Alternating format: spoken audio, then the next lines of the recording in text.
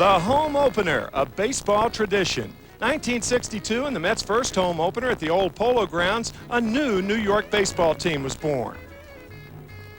1964 saw the Mets move into a new home in Flushing, New York, and Shea Stadium was its name. In '69, the Mets opened their World Championship season against the first-year Montreal Expos.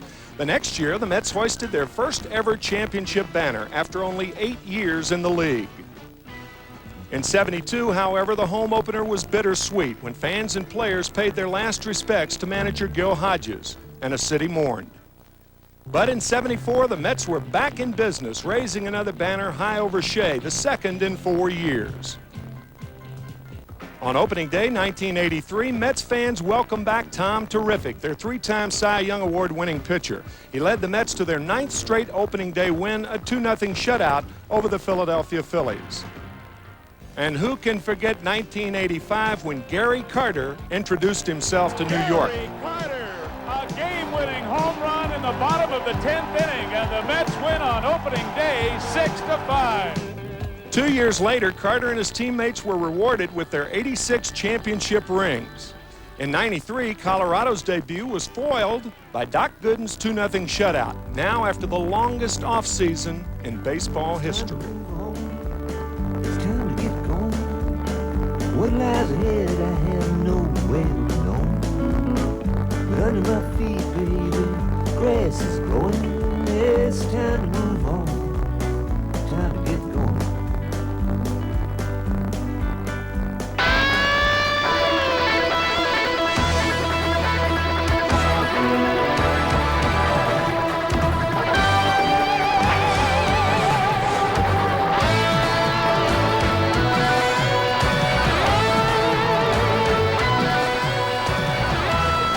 Live from Shea Stadium in New York, tonight the Mets meet the St. Louis Cardinals.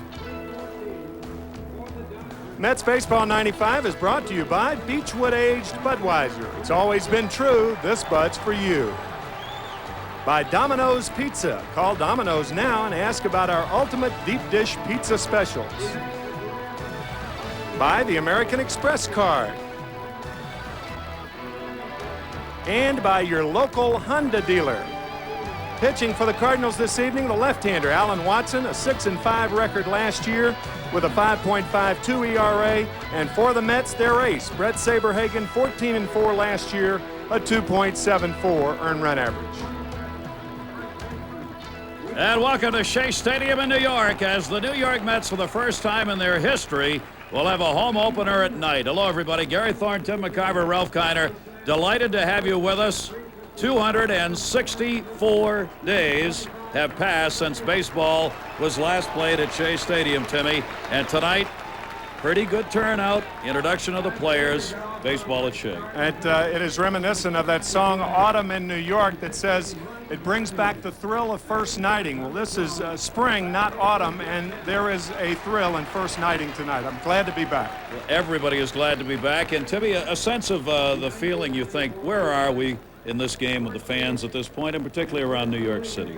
Well, I think it's going to take a while. I think it's going to take about a month, 6 weeks for the fans to get used to coming to the ballpark again. But I think when things start heating up, when pitchers start turning in good performances, when hitters start hitting, the feeling's going to return. That old feeling will return. Feeling. Yeah. Take a look at the players on the New York Mets for this new season, those who have left and those who are here. Dwight Gooden, gone. Jim Lindemann, Roger Mason, Kevin McReynolds retired. Pete Smith, elsewhere with Cincinnati. However, on the brighter side, Brett Butler, what a great player he is, even at the age of 37.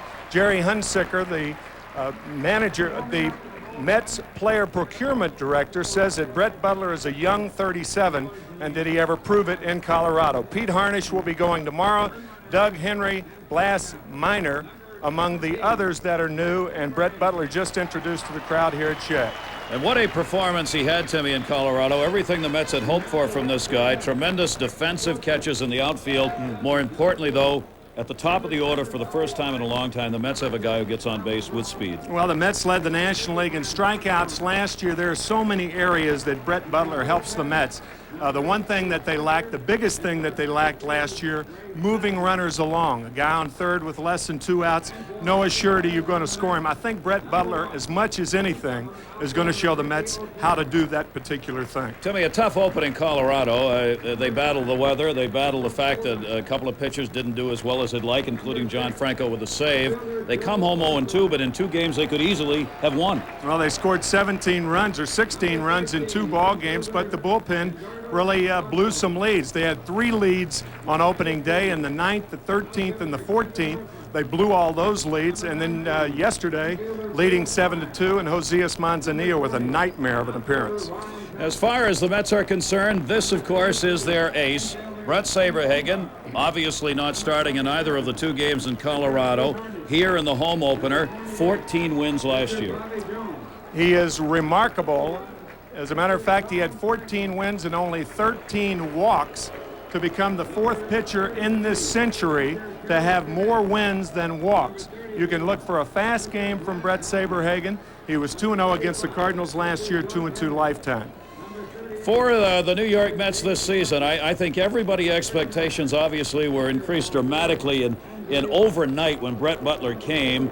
The sense of the reality may be setting in a little after a couple of losses in Colorado, but a ball club that looks to be a better team than what they started with last year, certainly. And they had a pretty good year last year, only 3 games under 500. Butler, a big cog offensively, and the guy I think that is equally as important as Brett Butler is going to be starting tomorrow, and that's Pete Harnisch. If they can get 200 to 225 innings out of Pete Harnisch, he is going to be a big, big lift to the pitching staff. And one of the best guys in the game at driving people home is Bobby Bonilla, and Bobby's hope, of course, is that with Brett Butler now leading off, he'll have even more opportunities with people on base. It proved to be that way for him out in Colorado. If that stays the same, he could have a huge RBI season. And before Bobby Bonilla, you also saw Rico Brogna, and he's going to be with the Mets this year, hoping to prove that last year was not an aberration. You hear the crowd applauding as both teams have been introduced and the completion of the announcing of the New York Mets team here.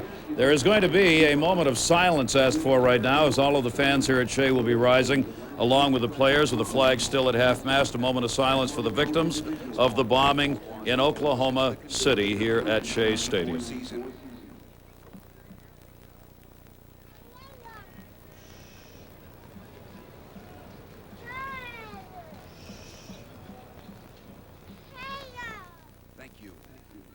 The colors are presented tonight by the Marine Corps Color Guard.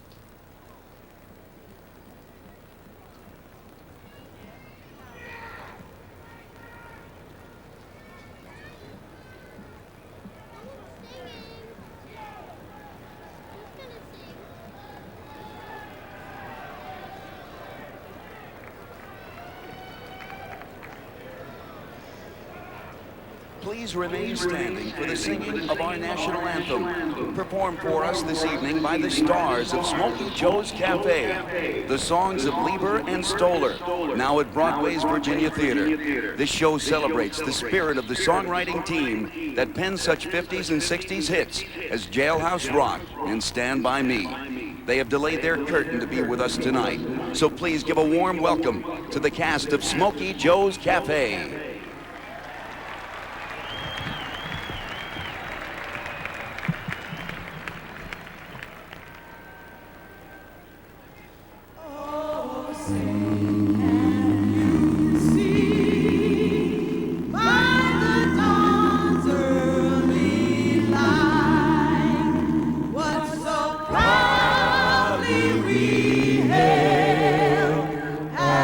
Twilight's last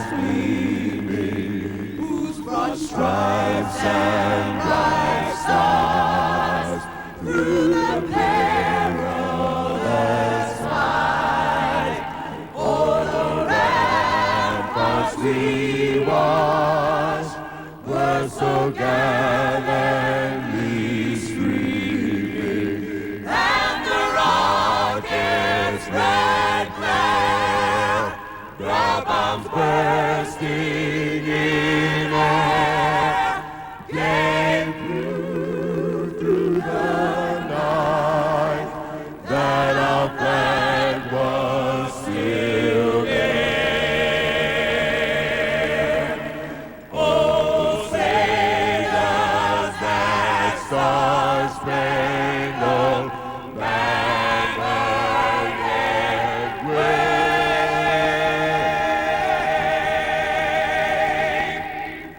o'er the land of the free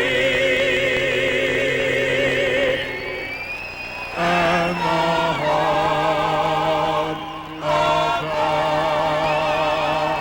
the brave.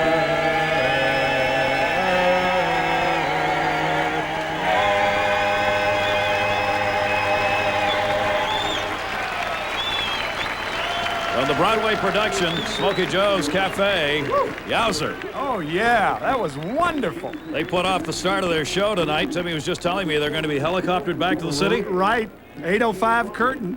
They may delay the curtain a little bit in order to perform the national anthem here at Shea Stadium. When we come back, we'll take a look at the 95 New York Mets around the horn for you. We'll do that right after this message from Chrysler.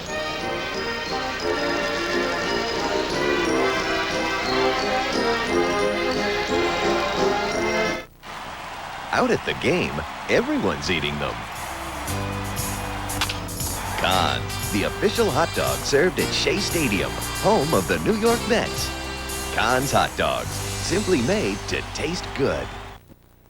Back here at Shea Stadium as the fans enter the ballpark, a chance to look at this 1995 New York Met team, and we'll do it for you around the horn.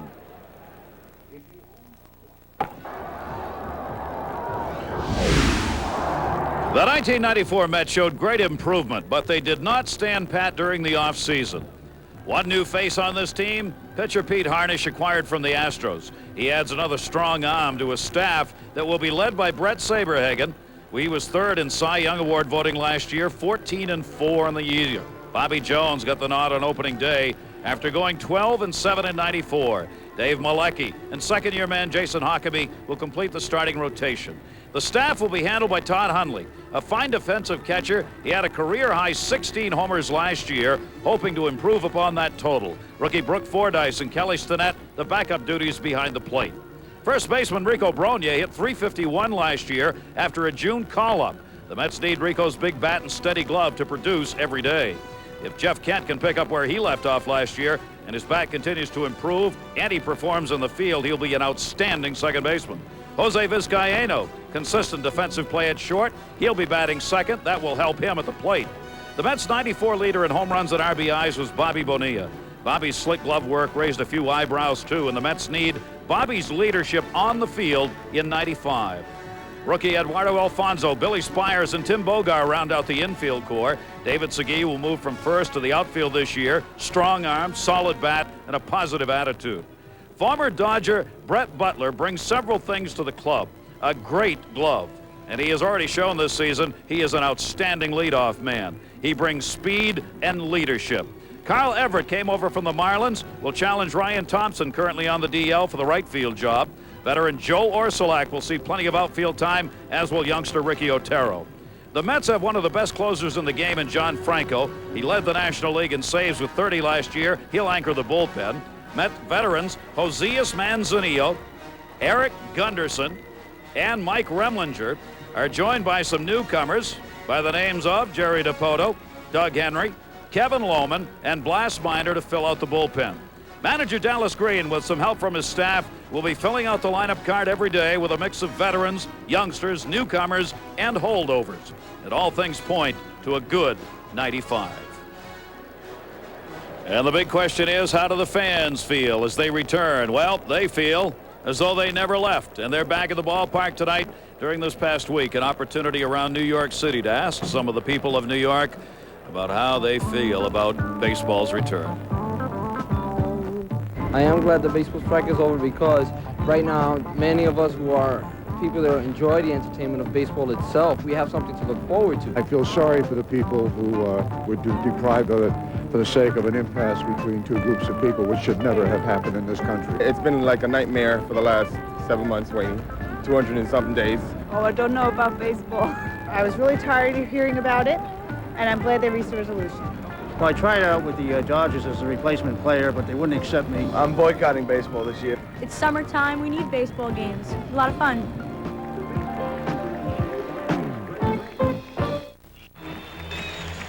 Welcome back to Shea Stadium, everybody. New York Mets and the St. Louis Cardinals. Cardinals 1-1. The Mets coming in this one 0-2. And hoping to get on the win track here at home before a real good house that's going to be on hand for tonight's game. And, of course, with the Mets ace on the mound in Bret Saberhagen. A few fireworks still going off there. See Saberhagen's numbers, 14-4, and that 2.74 ERA, second best in the league last season. As Timmy said, just 13 walks. Nobody doesn't put them on freely like Bret Saberhagen. Extraordinary. The lineup for the Cardinals. Left fielder Bernard Gilkey will lead it off, one of two native St. Louisans in the lineup tonight. Ozzie Smith, the shortstop, batting second. Boy, we've said that a lot. Ray Lankford, the center fielder, who led the Cardinals in homers last year, along with Todd Zeile. He'll bat third. Newcomer Scott Cooper, traded from Boston earlier in the spring. Brian Jordan, followed by John Mabry. Todd Zeile has a broken left hand. He'll be out for another 10 days. Todd Pagnozzi behind the plate.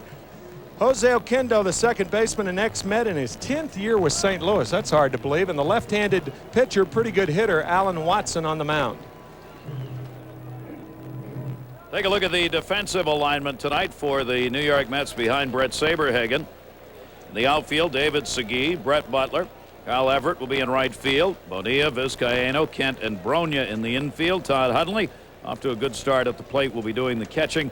And Bret Saberhagen, the ace of the Mets staff, on the mound, the 31-year-old right-hander. Last season was 2-1 against the St. Louis Cardinals. Lifetime Bret Saberhagen is 2-2. Dimensions of this ballpark: 338 down both lines, 371 to the gaps, 410 to center. And Willie Mays telling me one time that Shea Stadium was the toughest center field to play in the major leagues, and that's saying something coming from a guy who played most of his career at Candlestick. Yeah, really saying something. There are the replacement umpires for tonight's game: Rich Humphrey, Cy Ryberg, Frank Bonilla, and Vance Harris will be working this game here at Shea. And the first pitch for the Mets faithful about to come. Bret Saberhagen going against Bernard Gilkey, who takes it up high, and we are underway. And is it ever great to say that? Yep. I couldn't agree more. Bernard Gilkey off to a slow start. He is 1 for 9. Said the Cardinals coming in with that 1-1 mark. Line base hit into left field. Gilkey played back in by David Segui. And the Cardinals have their leadoff man on base against Bret Saberhagen. Batting second, shortstop, number 1, Ozzie Smith. There is the mayor. Rudolph Giuliani throwing out the first pitch prior to tonight's game. Kind of a doubleheader of sorts for the mayor. He threw out the first pitch at the Yankees opener the other day. That's his son Andrew alongside. And Ozzie lays it down. Great bunt. Saberhagen the throw. And they'll get him with Brogna staying in the bag, but a sacrifice for Ozzie Smith. And that'll move Bernard Gilkey down to second base with one away. He could still do a lot of things, and that's one of them. I think Smith was trying for a base hit here. He didn't get it closer, or had he gotten it closer to the line, he may have had a hit. But Saberhagen, along with everything else, is a superb fielder. Good move to first base, barehanding that ball and throwing Smith out. So a runner now in scoring position as Ozzie's congratulated on his way back. And that will bring up Ray Lankford, left-handed batter against Saberhagen, with an RBI opportunity here in the first inning. For Lankford on the season, 1 hit in 6 at-bats, but he has been a very difficult out for Bret Saberhagen in the National League. 8 for 17 for his career. Tough guy in the clutch. He led the Cardinals last year in walks, multi-hit games, base hits. He had a poor 1993, but rebounded last year strongly. 113 strikeouts, about the only negative in his numbers. Second in the National League in strikeouts. Fastball, Saberhagen. That's an extra base hit down the line. Gilkey makes the turn at third. He'll score. Fell down. He'll still score. Going into second base. Stand-up double for Lankford. And Gilkey's the first run across. And Lankford may have injured himself going around first base. Jose Cardinal, the first base coach, down to check him out. And now here comes Joe Torre and the trainer of the Cardinals, Gene Gieselman. It looked like the right knee or right ankle of Lankford when he was rounding first base. Went right out from under it. Yeah. I mean, normally he would have a triple on a ball that hugged the wall like that. Carl Everett, remember, his first time that he has played here at Shea in right field. He went to play to Karam, and the ball hugged the wall. And by the time Everett got to it, Lankford pulls into second base, but this is his turn at first base. That's actually Gilkey, who is slipping at third. Beg your pardon. So Gilkey appears to be all right, but Lankford was limping, and it was Gilkey who went down. Figure that out. Pretty screwed up series of plays right there. Yeah, he fell down rounding third on the grass and got up, and I thought he was limping when he came in, but is okay, and Lankford says he's all right. So credit Lankford with the RBI.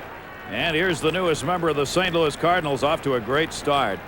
Scott Cooper, former third baseman of the Red Sox and a two-time All-Star. And Scott Cooper's off with a 4 for 8. And did he ever love coming back to St. Louis? That is his home. Went to school there, grew up there, parents still there. And the other night, his parents got to see his opening game in a Cardinal uniform. Got the game-winning hit. Game-winning hit off a left-hander of the Phillies. They won that game 7-6 against Philadelphia, and then lost to the Phillies yesterday afternoon. He was interviewed after the game and was asked what he felt like when he got down to first base and had the game-winning hit. He said, "I cannot put it into words to know my parents were in the stands watching it." Fastball by Saberhagen's up high. 1 ball, 2 strikes on Scott Cooper. So a tough start here for Bret, as he has given up the 2 hits, the leadoff single by Gilkey, who scores on Lankford's double, and Saberhagen still with a runner at second base, 1 out, and Scott Cooper. Good curveball, called strike 3. First curveball that Saberhagen has thrown. Most pitchers have a more difficult time throwing a good curve from the stretch, but watch that one. Woo, Uncle Charlie. Nasty. Saberhagen with the 143 strikeouts to 13 walks last season, 4th in strikeouts in the National League last year for the Mets' 31-year-old right-hander. Another good start you see right there for Brian Jordan. He has the only home run Cardinals have picked up in their first 2 games. The soft yacker misses up high, ball 1. 2 down. Lankford on at second base, and the Cardinals with a run in here in the first inning.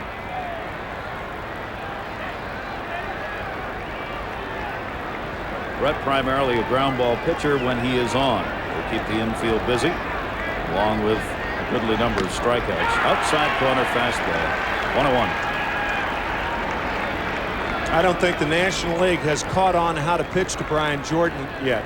Most football players, you try to crowd because they're muscle bound. They're very thick in the chest.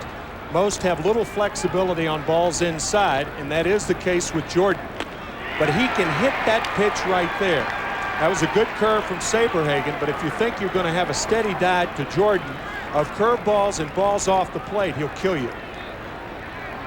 There you see him going through that one, but he was hungry for it. He got a good cut at it. 1 ball, 2 strikes on him. Fans applauding for another strikeout for Saberhagen. 1-2 delivery. Got him. So Bret Saberhagen gives up a run on 2 hits, strikes out 2. The Cardinals leave 1 on, but they get 1 in. Mets coming up, bottom half of the first. Cardinals up by 1. Now this word from your Tri-State Jeep and Eagle dealer.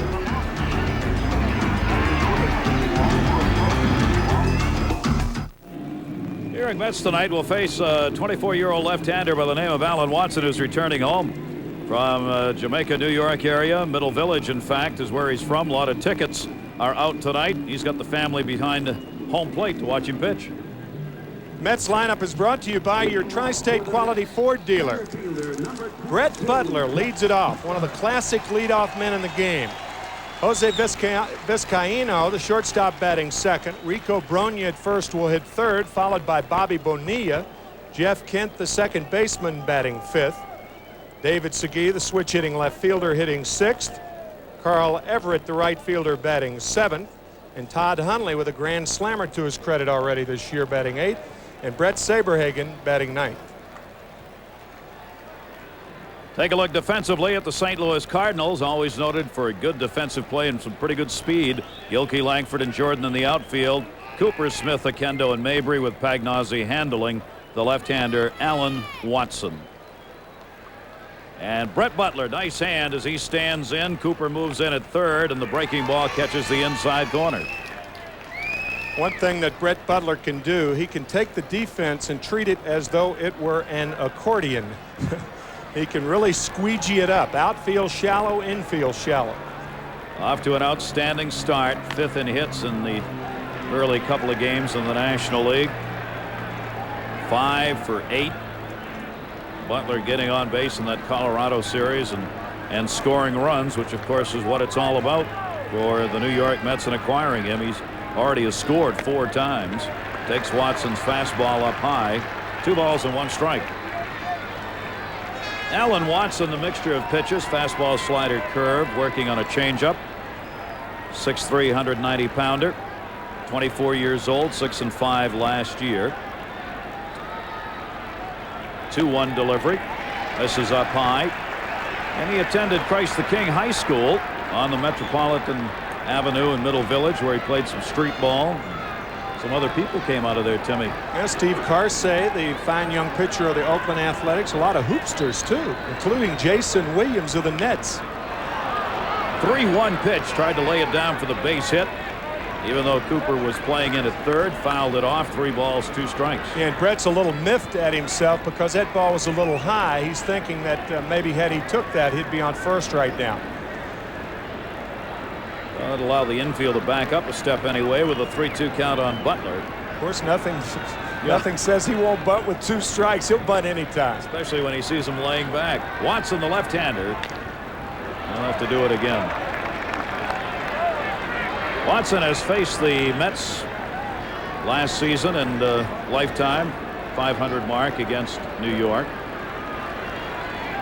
Alan Watson being counted on to fill that number 3 position in the rotation, and being the left-hander 3-2, and again fouled off, and boy, Butler will do a lot of that. That's 7 pitches already that he has seen. He gives the rest of the lineup a lot of chances to see what the pitcher has on a particular night.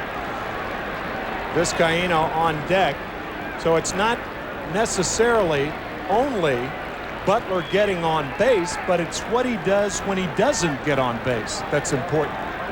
3-2 for the 3rd time. Left center field. Lankford, the center fielder, moving over and calling. And he'll put it away, and Butler's retired, but it took 8 pitches to get him out. 1 down. Along with Butler getting on and adding to the top of the lineup for offensive production for the Mets, the hope also is it will help Jose Vizcaino, who is not a leadoff batter, but had to take that role for the Mets, as Dallas Green said, because there wasn't anybody else to do it. He gets to hit now in a slot more appropriate for him, batting second. 1 down, base is empty. Vizcaino off home plate. Be a fair ball if it stays fair. It does not.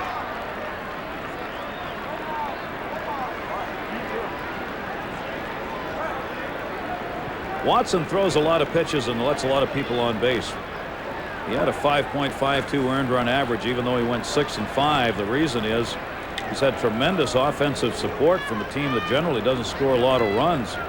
Cardinals averaged almost 5.5 runs per start for him last year, so he could afford to have an ERA that was over 5 and still win ball games. Vizcaino, the 0-1 is up high to him.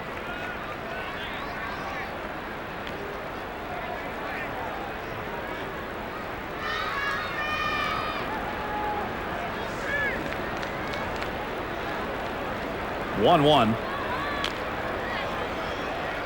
Mets against the left-handers last season were 18-14 against left-handed starters, 4 above that 500 mark on southpaws.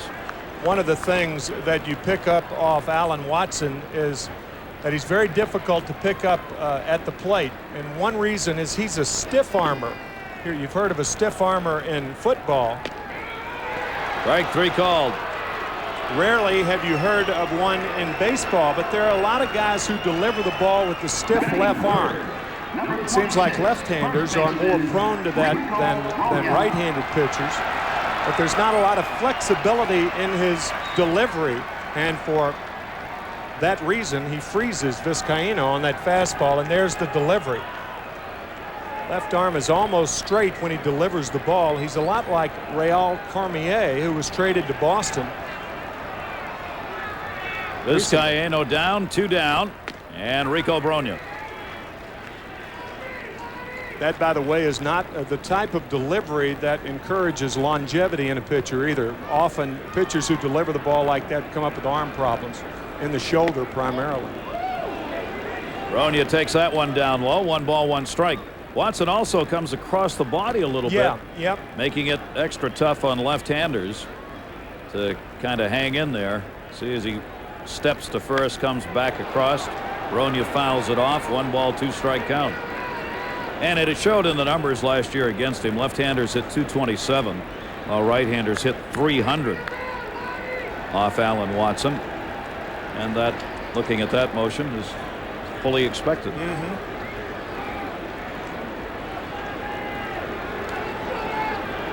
2 down, bases empty. Brogna waiting on the 1-2.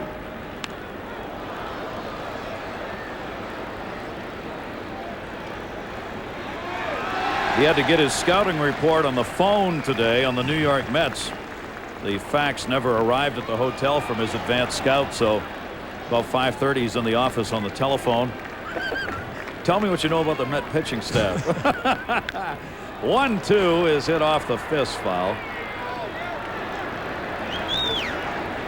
The president of the Cardinals was fired last year. The general manager was fired, and Joe Torre was upped for the 1995 season.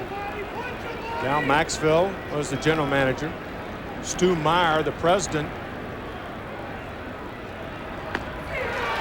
Well, Watson gets a couple of strikeouts as Brogna's number 2, and the Mets are retired in order.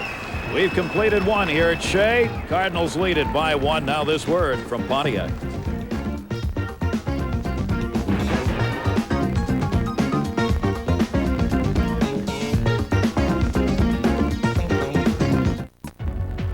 This is a News 9 update. I'm Russ Salzberg. After the game, can the fans in baseball mend the broken fences? Then George Foreman hits town. Hear what he says about that controversial fight. I'm Brenda Blackman. Join us.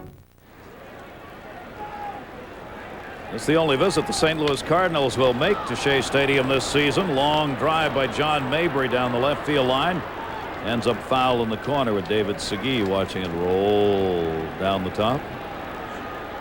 Cardinals in their 104th season. St. Louis baseball. And for the most part, they have always had the same type ball club.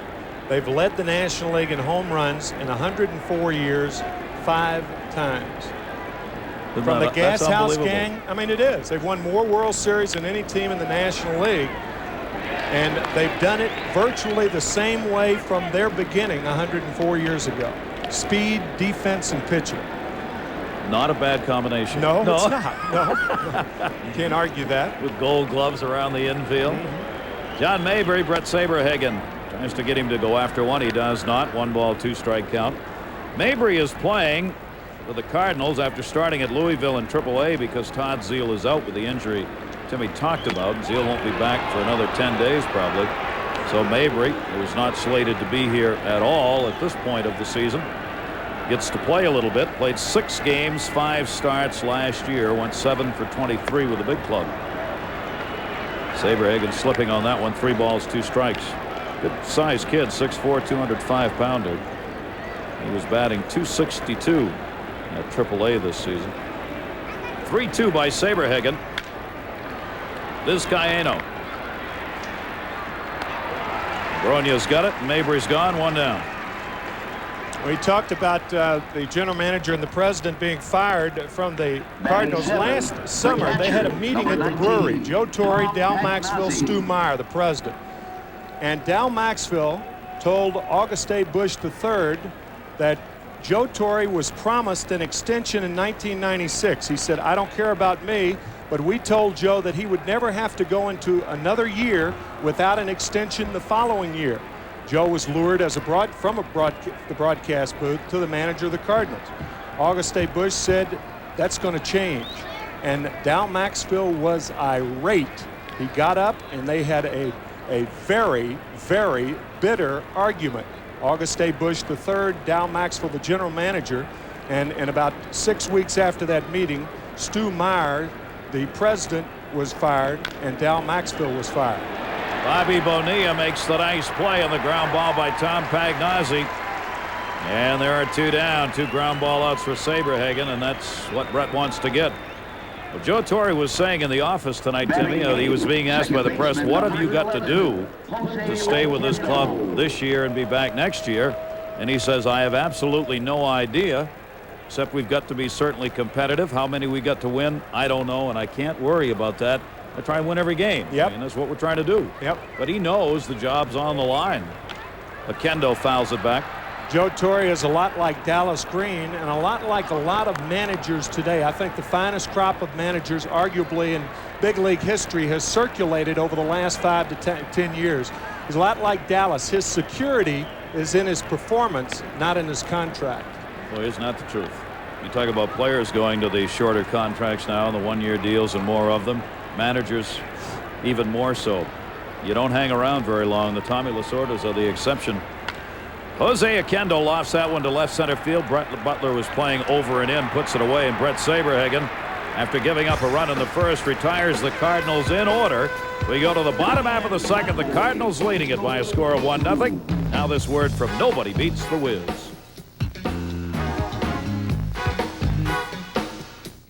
KT gets caught in a gang war between brothers. I love you too, bro. On the next Robin's Hoods. Sunday at 9 on UPN 9. Back here at Shea Stadium, delighted to have you with us here on WWOR, our first broadcast of the 95 season. Gary Thorne, Tim McCarver, Ralph Kiner. St. Louis Cardinals, the 1-0 lead on the Lankford double in the first inning, bringing Gilkey home against Saberhagen. Mets middle of the order, Bonilla, Kent, and Segui. Coming up here in the bottom of the second, Dallas Green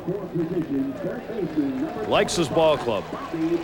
Wants to get their feet back on the ground after all the discussion when Butler came about how good they were going to be. He thinks they can be good, but you got to go out and win the games. And that's his constant reminder that a team at the end of spring training and early on. Dallas has his own vocabulary when talking about teams. Bonilla fouls it off. He says he loves a team with 25 guys with a lot of belly. And he feels like he has them this year. A much, much improved ball club. Bobby Bonilla, as we said, should get lots of RBI opportunities with the likes of Butler ahead of him. Inside to him. Almost got him on the wrist. 1 ball, 1 strike. Well, Watson will do that after 2 home runs in a game last year against the Florida Marlins. He hit Orestes Estrada, the first baseman. Bench is emptied, and a huge brawl ensued. But Watson will come in on right-handed batters.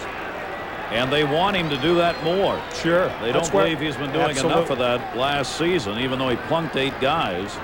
That was the last thing Estrada did in Major League Baseball. Yeah. That was it. Yeah. He was gone after that. Fouled off. He's back in Japan now, right? Japan. Yeah. Matter of fact, it was after 2 home runs were hit, and the first guy who hit a home run was Carl Everett, his first Major League home run, and of course he's in right field batting 7th tonight. Bobby Bonilla with a 1-2 count. Left-hander Watson. You saw Bonilla turn around on one of the calls with a home plate umpire. He was part of a big dispute that took place out there in Colorado in that first game, 14 innings. Bobby has the habit, when he is unhappy with a call on a strikeout in particular, of just kind of flipping the helmet backwards and dropping the bat about 4 feet from home plate. That's what he did that got him tossed out of the game and got Dallas Green tossed out of the game when he came to argue. 1-2 is inside, 2-2. Now, it is Bobby's way of showing disdain, but it's certainly not the type of disdain that warrants an ejection, in my opinion. I didn't think so either. And it may have cost him the game. Could have. On a play that ended up at third. Swung on, chopped to second base, Jose Oquendo. Over to Mabry at first. Bonilla's retired, one down in the Mets half of the second inning. I know the play to which you are referring. Tim Bogart was in at third in the 14th inning. The Mets up by a run with a man on first and one out. A tough play hit to him, tough chance. And but it could have been two had he fielded it cleanly. He booted the ball, and with runners on at first and second, one out, Dante Bichette ended it with a 3-run homer. Yep. Watson gets Bonilla, one down, and here's Jeff Kent, who has started the season out. A couple of base hits and a run scored. Left-hander Watson fisting, one strike. Of course, in fairness, in the 6th inning of yesterday's game, a game where the Mets blew the lead in the 6th inning with Colorado scoring 5 runs, Bobby Bonilla made an error right in the middle of the inning. So the Mets have made 2 errors in 2 games, and a case could be made. Both plays were very difficult, but a case could be made that had those plays been made, the Mets win 2 instead of lose 2. No question. Yep. Absolutely. And the first one would, for sure, they would have won because it would have ended the ball game. And the second one certainly looked like it could have been in that same category. Jeff Kent, an outstanding batter against left-handers, 373 off lefties last season. Fouls that one down, 1 ball and 2 strikes on Kent. Jeff looking to have a big season, would like to have had spring training go a little longer. He likes to take his time getting ready for a season and didn't have quite as much as he would like to have had this year. 1-2 delivery by Alan Watson. Tough jam pitch. Fair ball played by Mabry to the bag. Outpitched him that time, 2 down. Matter of fact, we talked about those 2 errors, 2 pivotal errors in Colorado. We'll show you in the top of the 14th inning, a game that lasted 4 hours and 47 minutes. This is a play that could have ended the game. Ground ball to third, in between Hopper Bogart. He bobbled the ball, but had he caught it, could have been 2. In yesterday's game, 6th inning, Josias Manzanillo having all sorts of problems, and a ball hit to Bonilla at third. Segui pounds that one to Jordan, who goes over and puts it away. So Segui retired, and Alan Watson, the left-hander, has retired all 6 Mets he's faced, with the Cardinals up 1-0 after 2. Now this word from British Airways. Opposing pitcher Alan Watson fouls back the first pitch from Bret Saberhagen. He got a hand from the family behind home plate as he stood in the batter's box. We told you Watson out of Middle Village. A couple of baseball tosses away. 0-1 delivery to him. Watson 6 for 38 as a hitter last season. Will be followed by Gilkey and Smith in the order. He led the Cardinals in hits and sacrifices. As a matter of fact, he was a designated hitter in college. New York Institute of Technology. He's a good designated hitter too, 5th in the nation, as a matter of fact. So he can hack. All-star, All-American caliber for him at the collegiate level. 2-1 delivery. Saberhagen throwing gas, and he can't hit. Brett Butler's got a long run to cut that off, and he does. Butler had him shaded way over towards left field, and Brett had to go a long way to cut that ball off. And Watson's on with a base hit. Alan Watson shows you how you can turn a double into a single. That's a reverse stretch. Nice play by Butler. Almost anybody would have had a double there, but remember, Alan is a pitcher. That's right, and does not want to pull any of those muscles he uses to pitch with. So that's 3 hits for the Cardinals now. Leadoff man on for the 2nd time in 3 innings. And the leadoff batter, Gilkey, who singled and scored the Cardinals' run in the 1st. Gilkey's a Mets killer. Last season had some outstanding numbers against New York. He hit .310 last year, had a 4-run game against the Mets. Batted .253 last year. The breaking ball by Saberhagen is there. Gilkey now 5 for 17 lifetime with 1 home run off Saberhagen.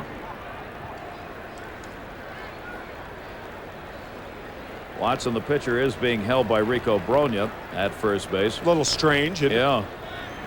Breaking ball there again. Watson, as we said, a very timid base runner. Best base runner as a pitcher, along with all his other accolades that I saw, played with or against Bob Gibson. Had 9 stolen bases one year. Speaking of which, line drive, base hit right field. Watson will stop at second base. Everett gets it in, but back-to-back singles in the third. The Cardinals have 2 on, nobody out with Ozzie coming up. And Bob, where are you? What a wimp. Where's Bob Gibson? He's sick. He's at the hotel.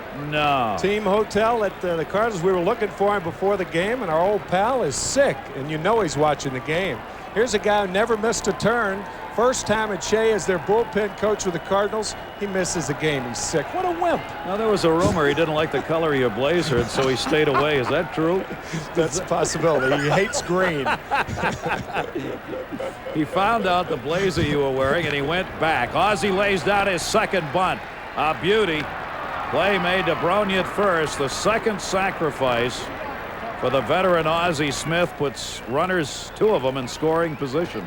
Well, along with all of the other things, 203 now sacrifices. Ozzie Smith leading all hitters. You notice Brett Butler is third with 121. And now Alan Watson appears to have a problem with his right leg. So one slid thing in and didn't come up too clean. But you know, it used to be in spring training that everybody took sliding practice. That has disappeared somewhat, especially a spring like this spring, shortened spring. But pitchers almost never practice sliding. And you could see that was a bad slide right there. Terrible slide. But you'd be surprised how many guys jar heels or knees or ankles sliding improperly. So Watson, the starting pitcher, stays on at third. The Mets draw the infield in. Ray Lankford is coming up. Watson on at third. Gilkey on at second base. Good speed, remember, with Gilkey at second. Lankford doubled in a run his first time up in the first inning, his first RBI of the season. So big chance for the Cardinals here, who already have the 1-0 lead. Ray Lankford, 245 last year with runners in scoring position. Fouls that one back. 1 ball, 1 strike. You might be saying, well, with the base open, would you pitch around Lankford? I don't think so. I think a guy like Saberhagen right now is going for the pump. Lankford, we mentioned 113 strikeouts last year. You need one here. I think that's what Saberhagen's going to try to do, and that's appropriate here. Lankford, a very tough out, remember, for Saberhagen. 1-1 grounded towards second base. Runner holds at third. Jeff Kent makes the play, and they get a big second out without Watson scoring from third base. Lankford retired. Third baseman, number 34. He didn't get a strikeout, but he got something just as good. Lankford cueing it off the end of the bat, the curveball. Kent looking at third and takes the sure out. Nasty pitch from Saberhagen. Now the infield can back up. 2 down, and Scott Cooper called out on strikes his first time up. Saberhagen has a couple of strikeouts. Saberhagen has busted Cooper on 3 pitches, and if you take a look when Cooper steps back in, you'll see why. Scott Cooper pretty well crowds it. He's got those elbows hanging out over the inside part of that plate. He likes to take the ball the other way when he can drive it on the outside pitch. So Saberhagen's trying to stay inside, which pretty much gets underneath the elbows of Cooper. I see Cooper much more of a contact hitter. I think Saberhagen went with 2 pitches off the plate, and then he missed with them, and Dallas Green said, why fool with it, pitch to Jordan. So he'll give him the intentional pass. That'll load the bases up. And there's the man who'll come up with the sacks full. So the first walk is an intentional one, about the only kind you can get off Bret Saberhagen. That's right. And he'll work with the bases loaded, 2 down. Here in the third inning, the Cardinals leading at 1-0. Brian Jordan, also a strikeout victim. Watson's on at third base, Gilkey at second, and Scott Cooper on at first. Butler will play. Jordan to pull the ball. Mets center fielders swung around, and they're all deep in the outfield on Jordan, who has good power. That's a pitch we were talking about earlier, that where you have to pitch him. That is a baseball player who's an ex-football player swinging at an inside fastball. You see how tied up he was? That's because that chest is overly developed. It had to be to play football. Can't get it out there. Does that time. Vizcaino bobbles it. No play. Watson scores. Just out of the reach of Jose Vizcaino, the shortstop. I don't think that pitch was where Saberhagen wanted it, and Vizcaino had a chance at second if he'd fielded it cleanly. I mean, this is a play that could be made. I think saying it should be made might be a little too tough. But Vizcaino does not have a lot of range. This ball hugs the ground, and he's going to be given a hit. It could have gone either way, in fairness. And it is a 2-0 lead now. Bases remain loaded, and a line drive base hit by Mabry.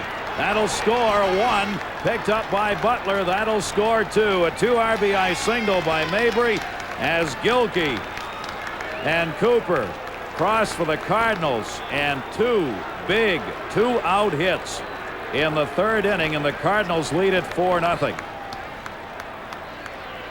So Mabry, given the chance with the injury to Zeal, comes through for the Cardinals here tonight. 6 hits now off Saberhagen. Oh, he talked about the pluses of the Mets this year. It's going to be the starting pitching. They have a strong closer in Franco. Their middle relief has been improved, but there is no question that there are problems lurking on the infield. Limited range at third in Bonilla, and Vizcaino at short, and Kent at second base. Brogna, an excellent fielding first baseman, but the problems with the other three have reared their ugly head so far this year. I mean, that's a ball that, in fairness, as you said, Vizcaino could have made. It gets Saberhagen out of the inning, but instead 3 Cardinal runs. Yep, the world of difference. 4-0 lead for the Cardinals. Their 8th man up is Tom Pagnozzi, 8th in the inning, and he fouls that pitch back. Pagnozzi, who grounded out his first time up, has runners on at first and third, 2 down. RBI picked up by Jordan on the single. Mabry with a bases loaded single for 2, adding to Lankford's in the first, and a 4-0 lead for the Cardinals. 0-2, and the throw to get Mabry back on the bag. And Bret Saberhagen, after the intentional pass to Cooper, unable to get the big out against Jordan. That one down the right field line, not very deep. Everett's got a long way to go. Will get there in fair territory, says the first base umpire.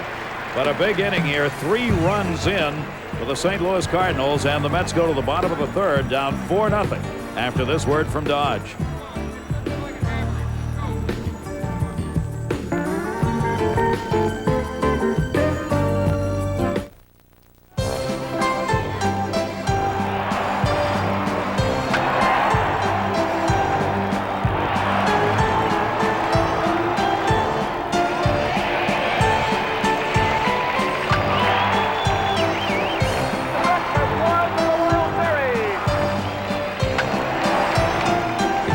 Different, but it never changes.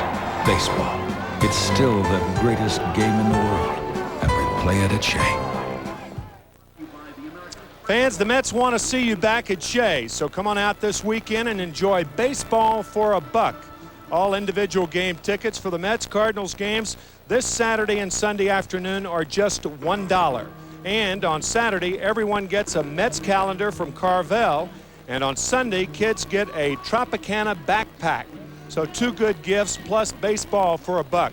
Tickets for Sunday's games can be ordered Saturday by phone at 718-507-TIXX or at Shea Stadium's advanced ticket window. Tickets are also available day of game at gates A and E. After his stint on the base paths, Alan Watson is just now getting to the mound. He hasn't thrown a warm-up pitch here. Rich Humphrey, the home plate umpire, went after him in the dugout. He was having that knee looked at where he went sliding into third base. Cardinals up 4 runs, 6 hits, with the Mets looking for their first hit off left-hander Alan Watson in a big third inning for the St. Louis Cardinals. Now the Mets have come from behind in one of the 2 games that they played in Colorado. They were trailing 5-1 in that game, the opener in Denver, and Todd Hundley hit the grand slam home run. So they have their work cut. They're the type of team that's going to play the base-to-base baseball, and I think are going to be a comeback team, but you don't want to get a reputation like that of being too good a comeback team, because that means you'll be doing it too often. Yeah, that's right. That means you're getting behind in ball games. Right. They don't want that. Well, a little break in the action while Watson warms up. A great time to break for the great taste of Bud Light. A big hit with fans everywhere because it won't fill you up and never lets you down. So make it a Bud Light. You saw Pete Harnisch on the bench talking with Bret Saberhagen. It's Donovan Osborne tomorrow afternoon's game for the Cardinals, and Pete Harnisch to make the start for the Mets. And the Mets have changed up in their starters for Sunday. Tom Urbani will be starting for the Cardinals. There's Harnisch. Dave Malecki was going to start for the Mets, but Bobby Jones now is going to make the start on Sunday. Because Bobby pitched only 2+ innings the other day, and Dallas thinking that he can come back with 3 days rest early in the season. Jose Cardinal was not praying to the gods. He was moving the outfielders. Here's Carl Everett, deep center field. Lankford way back looking. Goodbye! Home run!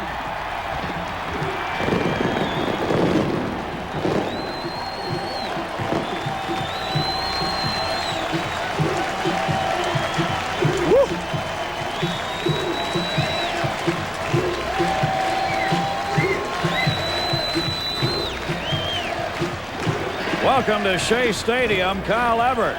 Well, we talked about it earlier. His first major league home run last May 22nd off Alan Watson, the last time he faced him. That's when they had the fight in Florida. And here it is tonight, and Everett on the first pitch said, to Tom Pagnozzi. I'll handle this one. And what a drive. Woo. He smoked that one. That was back over the 396 sign, well over 400. That's over our camera in center field. There's our camera. No, it's right next to it. 2 feet from it. Whew, is that ball hammered.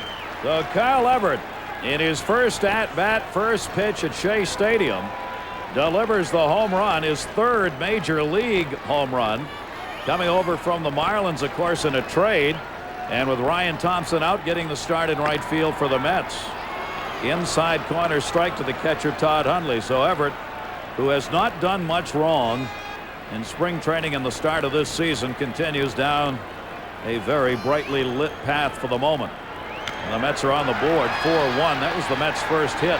Pagnozzi coming back will not have room.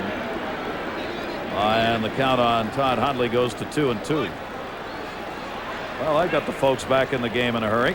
I'll tell you who else is going to get back in the game. Ryan Thompson. If he keeps hitting like that, you'd be amazed at how well guys get.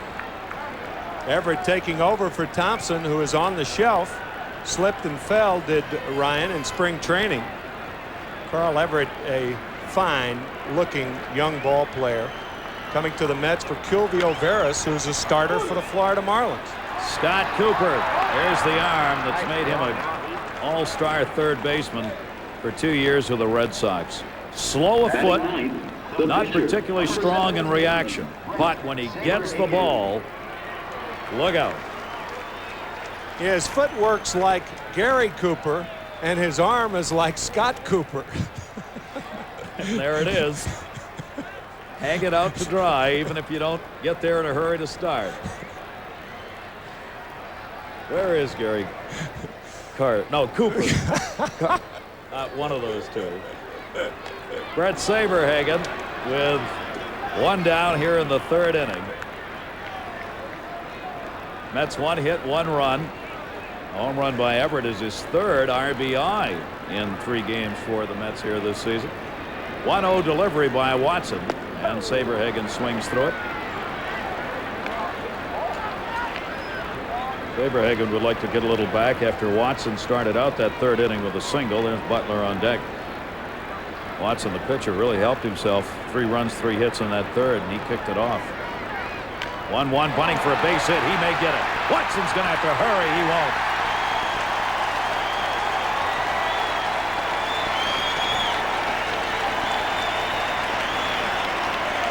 We talked about Saberhagen and how well he feels his position.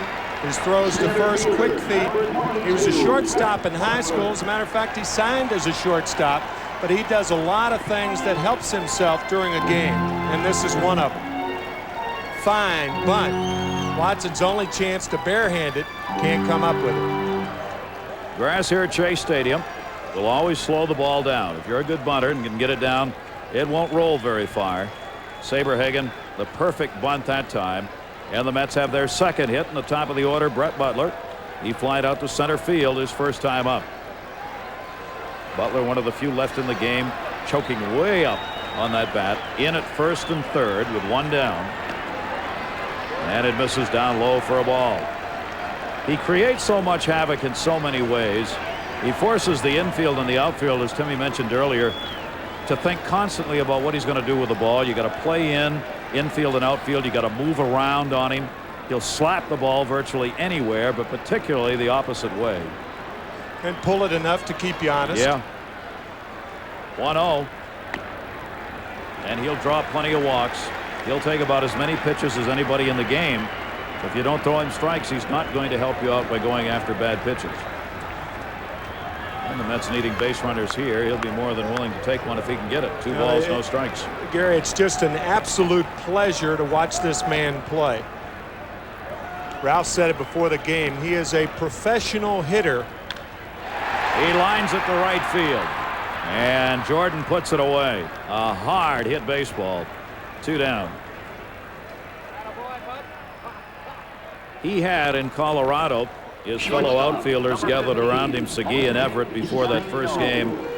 He called them over to the lineup card after it was posted, and he went through every Colorado hitter with the outfielders that flank him, where they would hit the ball, where they should play them, situational. He's that kind of a team leader as well, and a quiet kind of team leader, but very effective. So Butler retired for the second out by Alan Watson, the left-hander. Jose Vizcaino called out on strikes his first time up. Saberhagen at first, 2 down.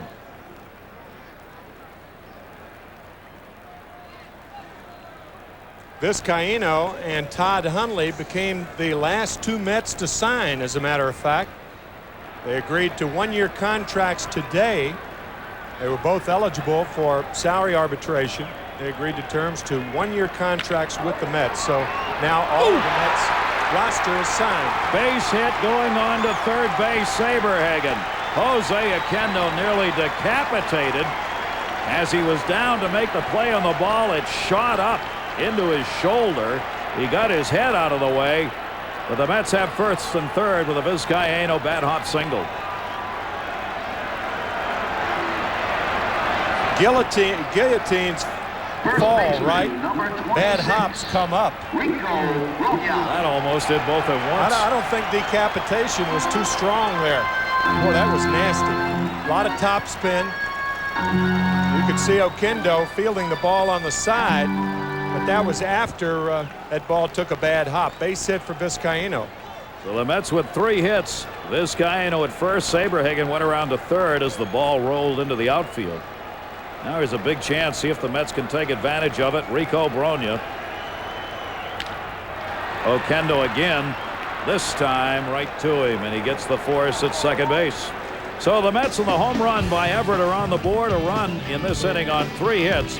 They leave 2 on. It's 4-1 Cardinals. Now this word from your local Honda dealer. An old friend is putting everyone on the beach in danger on Baywatch, Saturday at 7 on UPN9. Back here at Shea Stadium, there's your line through 3, 4-6-0 for the Cardinals, 1-3-0 for the Mets.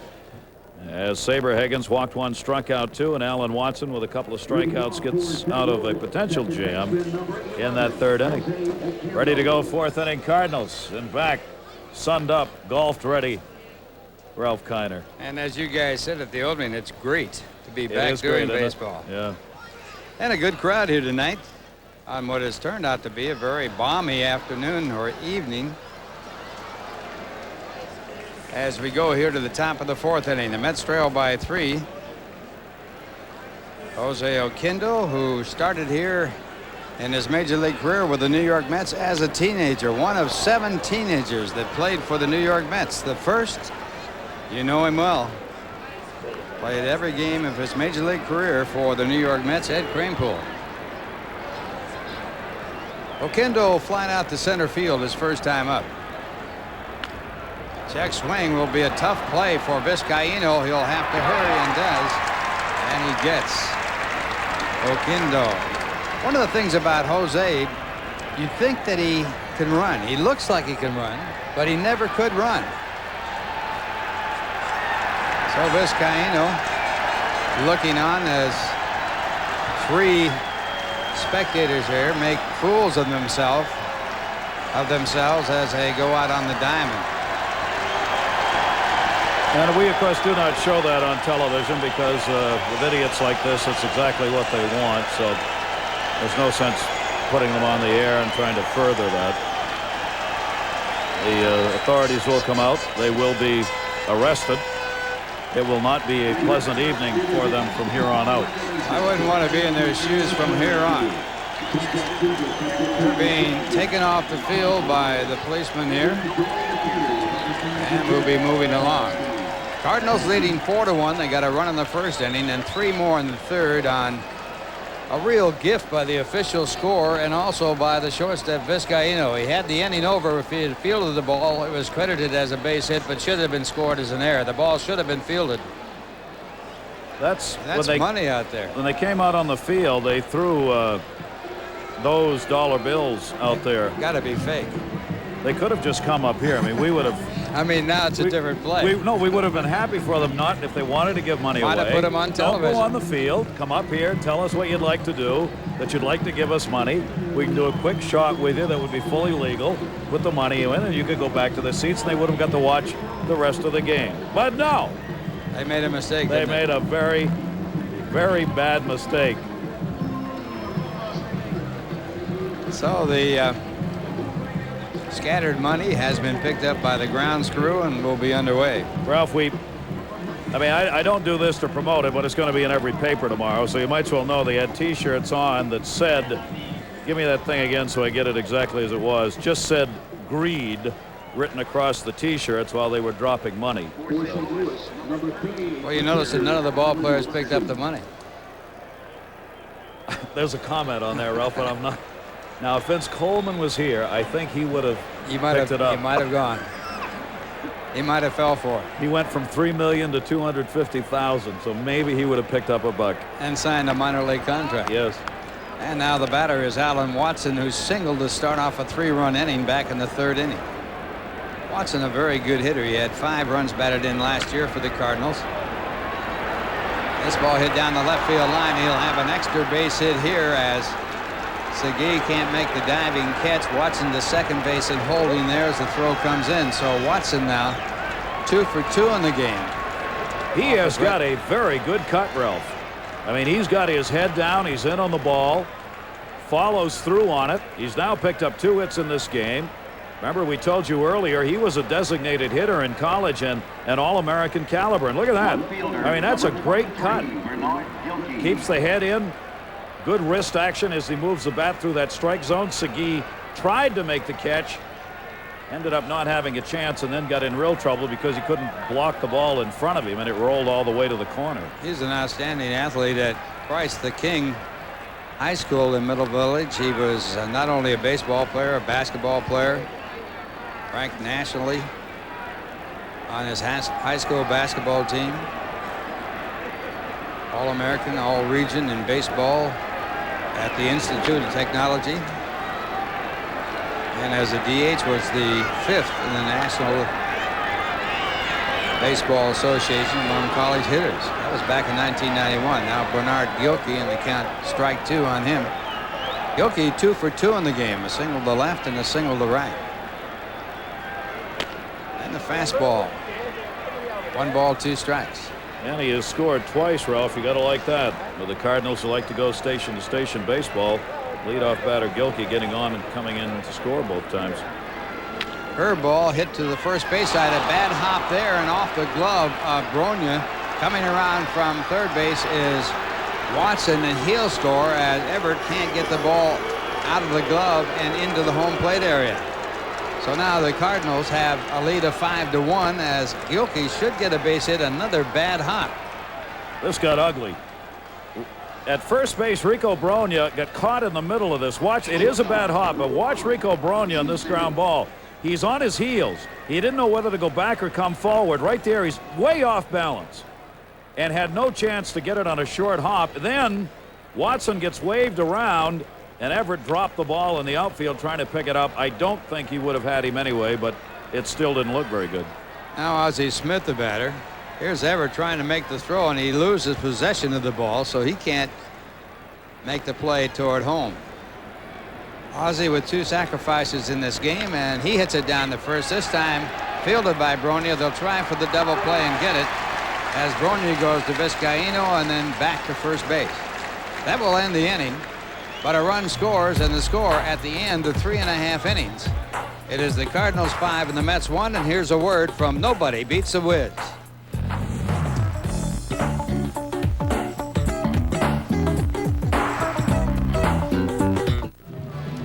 Cardinals leading by a score of 5-1 as we go to the bottom half of the 4th inning. And this game is brought to you by Nobody Beats the Wiz Home Entertainment Centers. And by your Tri-State Toyota dealer. I love what you do for me. Toyota. Smith hitting into a double play. That just never happens. He did it 3 times last year, which was 5th best in the league. Lankford, Butler, Reggie Sanders, Barry Bonds, and Ozzie Smith were the 5 toughest to double up. And Ozzie ended that inning hitting into a double play. The other side of that, Gary, is a fellow who hit into 4 double plays in 1 game to tie a major league record, is in this ballpark right now. Joe Torre. Joe Torre did that for the New York Mets. He said it wasn't his fault. He said it was Felix Meon's fault because Felix had singled all the times that and was on first base. He should have had a double there somewhere, right? That's right. And now the batter for the Mets as they bat here in the 4th inning is Bobby Bonilla, and Bonilla grounded out his first time up. So far this year, Bonilla 3 for 10, hitting .300. No home runs, 3 runs batted in.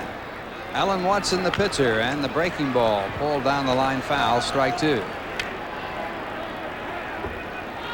So far, Watson's been able to do what he must do to win. Talking with Joe Torre before about Watson's performance, he has no particular great pitch to rely on. He's not overpowering. A slider that's decent, a yacker that's once in a while pretty good, but he's just got to mix it up and keep a hitter off balance.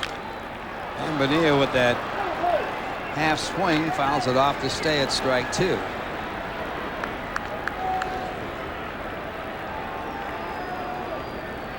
Take a look at other games going on in the National League. The Cubs won today 4-3. Are they red hot or what? Giants shut out the Marlins. Playing tonight, the Rockies looking to win their 3rd. They are playing on the road. Dodgers will be at home against the Braves, off to a good start. Reds lost 2 to the Cubs. They go to San Diego. Phillies and Pirates in the 4th inning in Philadelphia. And Bonilla hits it hard to left field. It's way back. It's going. It is gone. Goodbye. Bobby Bonilla with his first home run of the year, and the Mets get another on the scoreboard.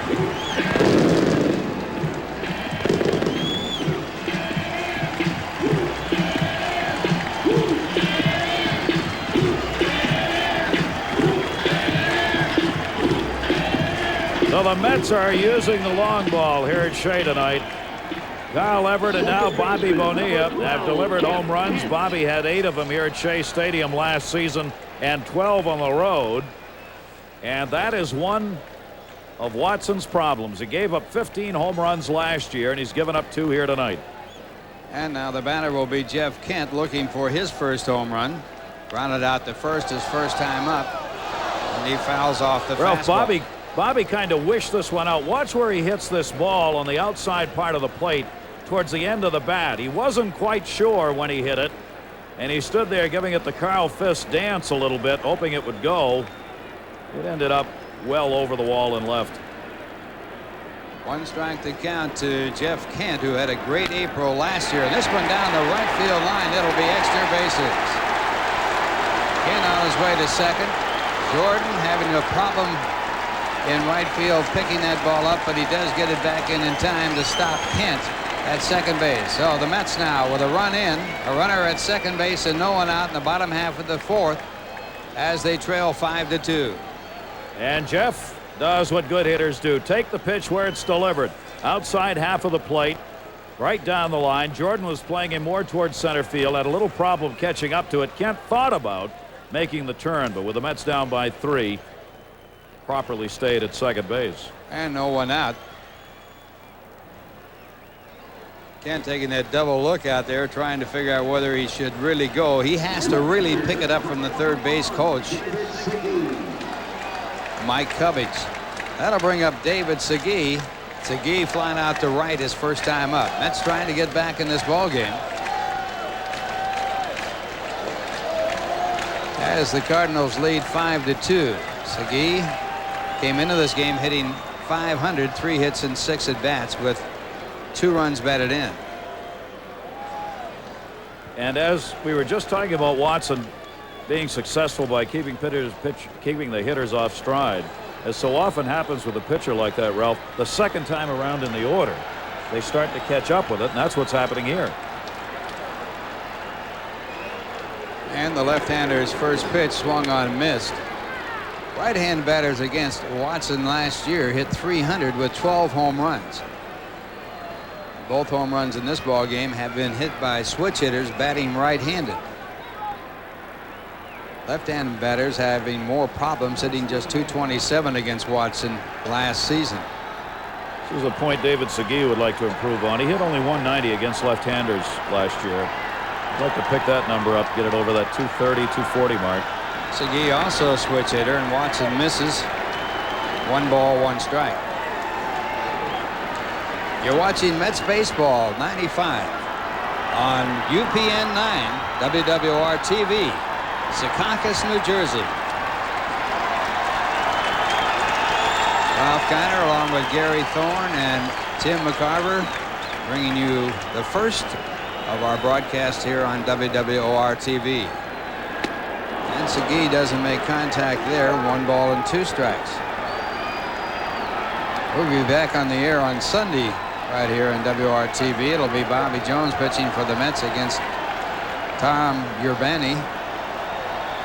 Jones a no decision opening day against the Colorado Rockies.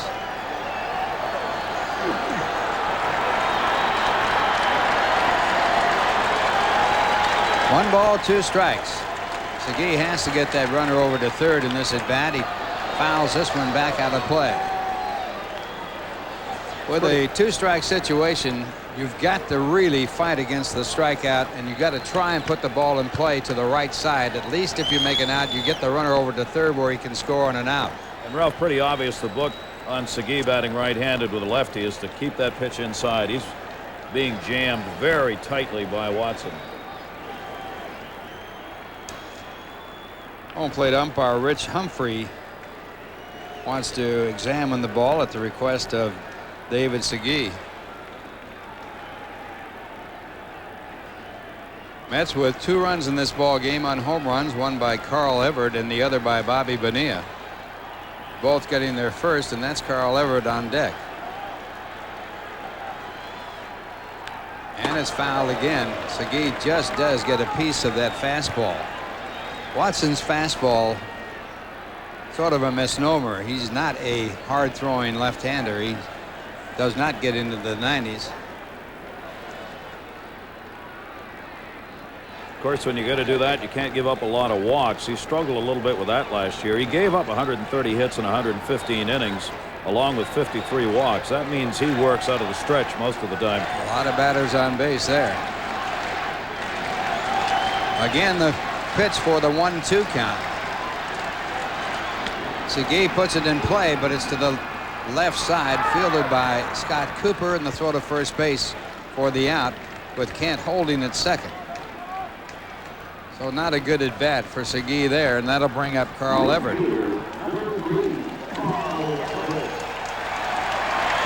Everett with his home run in this ball game. A ball hit off our television camera position and almost straightaway center field. Ball hitting right in that area there. Everett coming from Hillsborough High School, where Doc Gooden went to high school, and Gary Sheffield. So he comes from a place that produces some pretty good athletes. 27 major league games with Florida, Ralph, in 2 seasons. He played in '93 and again in '94 last year.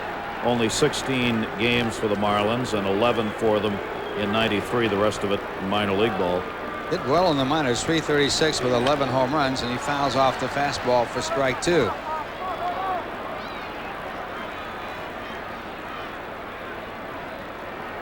Take a look at the Toyota American League scoreboard, where the Yankees are leading the Royals. Yankees taking to the road with a good start at home.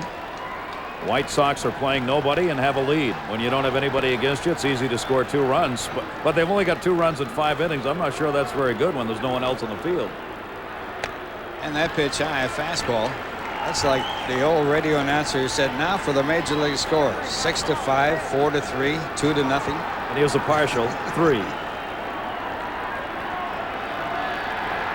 Obviously, they are playing somebody. Who are they playing? We'll have to check that out. We don't know either. And it's a balk call. That will get the runner over to third base, where he can score on an out. First balk call we've seen these replacement umpires call.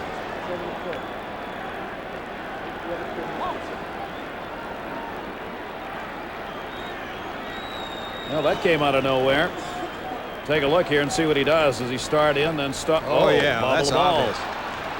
And now the Mets can't take advantage of it as Everett is struck out. So the obvious balk, that's one that we did see, and you could too. Number 9. And that'll bring up Todd Hundley. Take a look here. Everett's got the RBI chance with a runner at third on this pitch, and he really climbs the ladder on one way out of the strike zone. Third strikeout for Watson in this game, and it will put Todd Hundley at the plate with a runner at third and 2 men out. Todd grounded out to third his first time up. And he takes the breaking ball for ball 1. For those of you who are White Sox fans, we unhappily report they are playing somebody, and as a result, Boston leads 7-2. Yeah, Boston. 1 ball, no strikes. And it's 1-1. Ralph, here's the point you were making, though. If David Segui has moved that runner up to third base, he scores on the balk. Those little things really add up to a winning ball club. You just got to advance those runners in situations that demand that. That's why the strikeout is such a bad play in baseball. That really is accepted today by the modern day player. In fact, Dick Stewart said that he was the most valuable player for the Boston Red Sox because he led the league in strikeouts. And they said, well, how does that make you the most valuable player? And he says, that way I don't hit into double plays. But that's not really the thought. A strikeout doesn't do much for you offensively ever, does it? Can't help you. I don't know of any positive result. And there are so many strikeouts in today's baseball, not because of the pitching, but because of the lack of concentration on the hitters trying to keep from striking out. There was a time in baseball where if you struck out 100 times in the season, you were subject to going back to the minor leagues. Vince DiMaggio proved that with the Pittsburgh Pirates. Led the league in strikeouts with 123, went back to the minors, even though he was a great outfielder and a very good hitter. Also, Johnny Moore hit over 300, and he went back to the minors. And that pitch really out of the strike zone, and the count 3-2. Cardinal staff throwing to maybe the best catcher in baseball. Third Gold Glove season for Tom Pagnozzi last year. Threw out 51% of the base runners. Led all major league catchers with just 1 error. He is an outstanding backstop. He really is all of that. The average catcher will throw out about 30% of the runners. He threw out 51%. The 3-2 pitch, and it's fouled away. Cardinals leading 5-2. The Mets with the runner at third base, 2 men out, bottom half of the 4th inning. It's a big run, Ralph. 5th inning. Mets have only scored on the 2 home runs that have been hit.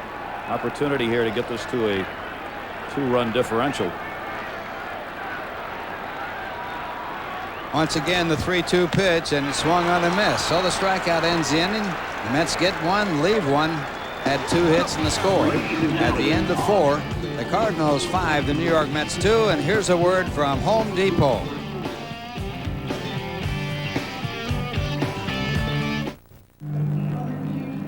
Back here at Shea Stadium, the first game of the year here in this 1995 season, and the Cardinals leading by a score of 5-2. Bret Saberhagen victimized basically by shoddy fielding at shortstop, although the ball was credited as a base hit, but the ball should have been fielded and he would have been out of the inning when the Cardinals got 3 runs because of that misplay that was scored as an infield base hit. And the first pitch to Ray Lankford is taken. It's strike 1. Ray, with a double his first time up to drive in a run, also has grounded out. Fastball fouled back into the stands. It's strike 2. St. Louis, with 10 of their 12 new players on their roster this year from the American League. And from the American League, the third baseman who is on deck, Scott Cooper, who played third base for the Boston Red Sox, one of them. Change of pace in the count 1-2 as Saberhagen misses. Saberhagen walked only 13 batters in 177 innings last year. He averaged 0.7 walks per 9 innings. Unbelievable. In this game, he's walked 1, but it was an intentional walk, and the runner scored. No one even close to that ratio that he has for walks per innings pitched. Not given. It's at a modern-day record. Records compiled since 1990 with that ratio of 0.7. No swing, says third base umpire Vance Harris. Count goes to 2 balls and 2 strikes. Saberhagen brought a 7-game winning streak into this game going back to last year. And the foul ball keeps the count at 2-2. Bret with a record of 14-4 last season. 2 of those wins against the Cardinals and no losses. His record against the Cardinals lifetime, 2 wins and 2 losses. His overall lifetime record, 134 wins, only 94 losses.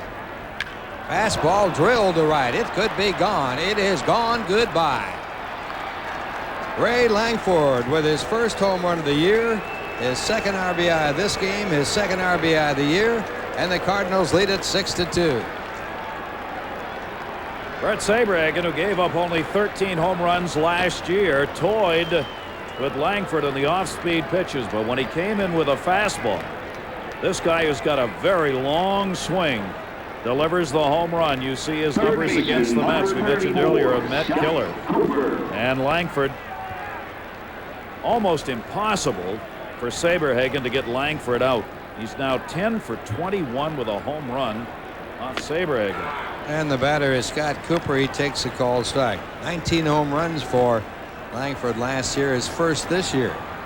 Saberhagen has said earlier in this season that he seems to have lost some velocity off his fastball.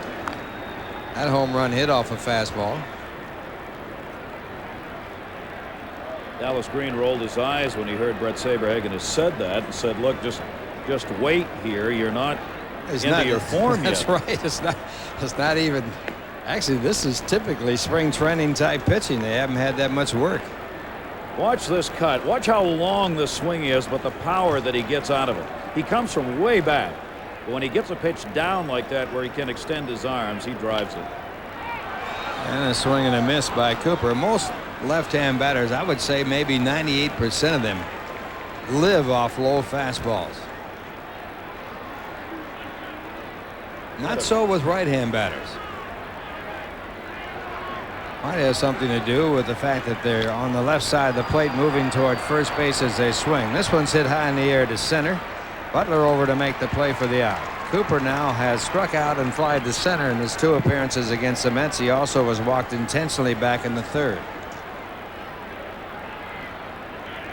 So 1 away here in the 5th inning, and Brian Jordan will be the batter. Jordan with that controversial infield hit that set up a 3-run inning in the third. The ball, in my opinion, and no doubt about it, in my opinion, it should have been fielded for the out to end the inning, and no runs should have scored. And the first pitch to Jordan taken high for ball 1. Jordan came into this game with 4 hits and 9 at-bats. He's had a career average against the Mets of .333, and last year hit .444 against the Mets.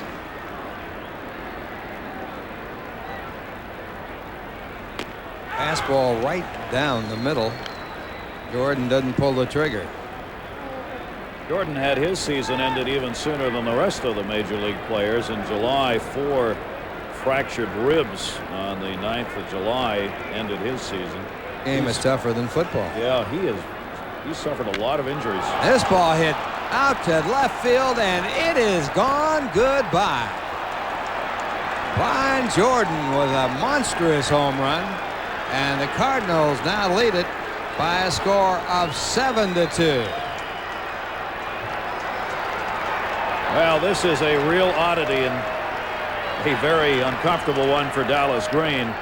1, Bret Saberhagen's giving up home runs, and 2, they're being hit by the St. Louis Cardinals.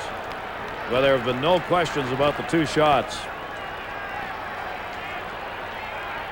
First baseman, number 47. Jordan ripped that one beyond the 371 mark, over the bleachers, and behind that, out by the picnic tent, and another pitch out over the plate that he hit.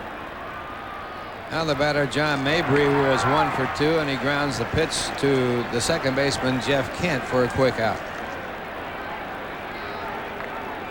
Last year, right-handers had 7 home runs off Saberhagen, but when you get a man like Jordan up there who can extend his arm, same thing that was true with Lankford. That's where it'll end up. Now the batter will be Tom Pagnozzi. Tom 0 for 2 in the game. Cardinals 7 runs on 10 hits. The Mets 2 runs on 5. Both sides with 2 home runs. And that pitcher ball.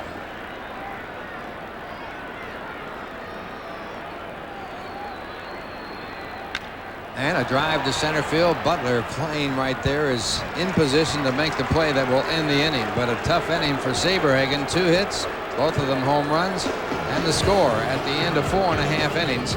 The Cardinals 7, the Mets 2, and here's a word from Tri-State Toyota.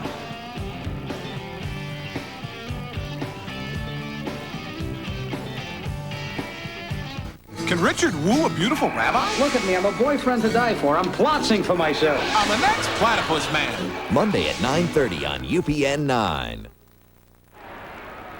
Cardinals leading by a 7-2 score, and that's all for Saberhagen, as he will leave the ball game now for a pinch hitter as the Mets trail by 5 runs. Saberhagen, a tough outing, his first time out this year after compiling a 14-4 record. And his 7-game winning streak from last year in jeopardy, as the Mets are behind 7-2. It'll be Brooke Fordyce to lead it off for the Mets as the pinch hitter. Fordyce last year with Norfolk at .262 with 3 home runs, 32 runs batted in. A catcher by trade. And on the mound, Alan Watson. And that's ball 1. You were mentioning early, Gary, about the fact that Watson gets supplied with a numerous amount of runs when he's on the mound. It's happened here again in this season. Yeah, it's been his career with the St. Louis Cardinals. Last year we mentioned when he went 6-5, they averaged 5.37, and over his young career, 5.49 runs per start. That's a lot of runs. And now we get further folks entering the field, unfortunately. Well, it's amateur night out here. As for the second time in this ball game, we have spectators running on the field. One has been apprehended, and he's being taken off the field by 2 policemen. The other still trying to avoid the policemen that are following him around. You know, Ralph, my sense is something has happened here after this last work stoppage in Major League Baseball. Any respect for the game, or some respect for the game and the players, the entire game, the owners, the teams, has been lost. There were some nasty things that happened at ballparks. Things being thrown on the fields here in the last 2 days where people could have been injured. Sticks thrown out, hats thrown out, negative signs, negative things being said by people who went on the field. Signs of resentment. Kind of real resentment. And that's too general a statement to make. Obviously, it's not right to do what's been done, but there's some of that there right now. Retaliation to some extent. Yeah. As that pitch is high, and they count 2 balls and 1 strike to Brooke Fordyce, born in New London, Connecticut. Lives in Old Lyme, Connecticut. Graduated from St. Bernard High School. Originally signed by the Mets as their 3rd selection in the June 1989 draft.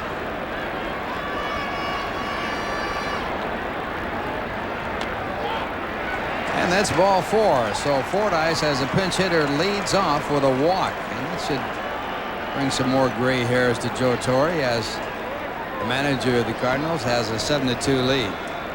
This is Joe Torre's 5th year with the St. Louis Cardinals. Now batting center fielder number 22, He has won 875 games while losing 977. His tenure as a manager in the National League is second to Jim Leyland. That's hard to believe in only 5 years of action. Better have another job lined up when you become a major league manager. You'll probably need it in a hurry. Well, Watson, that's the first walk Watson has given up. Watson has never had a complete game pitched at the major league level and is not looking forward here tonight, but he certainly wants to get 5 innings worth of work in here so he can pick up a potential W with a 7-2 lead at this point in the game. This is one of the things we mentioned earlier that has been a problem for him. He will, at some points in a game, just stop coming at hitters for no particular reason. And Joe Torre worked with him a lot last year, along with Bob Gibson, the new pitching coach this season, to keep that competitive edge on and keep coming at him. So the Mets with a runner at first and need 5 to tie, and the batter will be Brett Butler, who is 0 for 2. First time up, he saw 8 pitches and flied to center. Next time up, he lined to right field. Coming into this ball game, he had been on base 8 of his 11 at bats.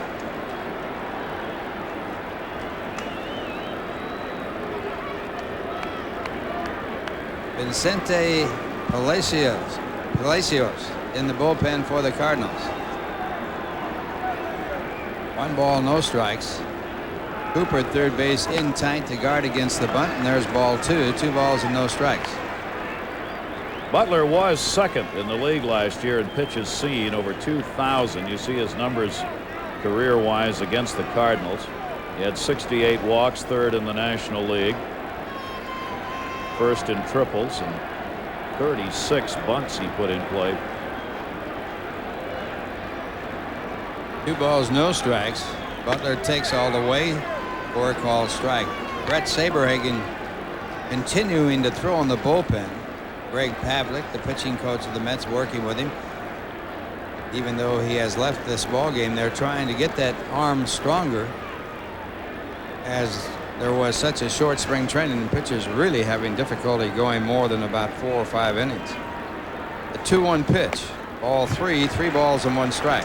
Ralph, I don't know if you agree with it on the pitching side of it, but there is this dead arm theory that's long existed in baseball, that after 4 or 5 starts in spring training, a lot of pitchers say you come up against a wall. It's the muscles are fatigued. It's a dead arm that you then work through for the rest of spring training, strengthening the arm.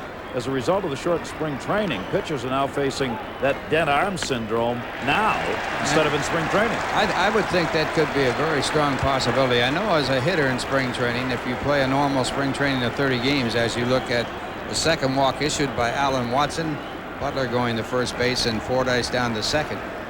As a hitter playing, say, 30 games in spring training, after about 20, you just run out of gas because of the hot weather and what have you in the spring. And you look forward to coming north in cooler weather, and you get it all back when you come north. Jose Cardinal and Joe Torre discussing the situation. Remember, Bob Gibson, pitching coach for the Cardinals, is back at the hospital. No, I'm sorry, not at the hospital, the hotel. just not feeling well tonight, didn't come to the ballpark, so Joe Torre will make some decisions there without Gibby on hand to help him out. He's got Red Chandies down there, a former manager. Managed longer than any Cardinal manager as his bench coach. With Jose Vizcaíno at the plate, and he shows bunt, does bunt. It's a good bunt, and they'll have to hurry to get him. They don't, and the bases are loaded. So Vizcaíno with a bunt base hit to load up the bases, and the Mets will have the heart of their batting order coming up with no one out. It'll be Brogna, Bonilla, and Kent. Here come those comeback Mets again, Ralph. First 2 games they had to do this. Vizcaíno, watch Watson slip as he fields the ball. He may have had a shot right there. When the foot moved away from him, it caused him to have to regroup on the throw, and that was enough for Vizcaíno to get the infield single. So the bases are loaded, and Rico Brogna, the batter. Rico 0 for 2. And the first pitch is ball 1. Brogna has struck out and grounded into a force play. When he grounded into that force play, there were runners at first and third, and he ended the inning by grounding out. So his second chance at some big runs batted in. Batting third in the batting order, and he goes after a high fastball, helps out Watson. 1 ball, 1 strike. One of the reasons for Brogna's success last year, he hit .385 off left-handers, going 10 for 26. No home runs off the southpaws, but a big average. Interesting to see whether he'll be able to continue those kind of numbers against southpaws this year. Had 7 home runs last year in 39 games with a .351 average. He had a great spring with 3 home runs in 1 ball game. And a little check swing, ground ball to third. They go to the plate. He hits the runner. A bad play by Cooper, and the Mets get a run. And what a bad play that was by Scott Cooper, the third baseman.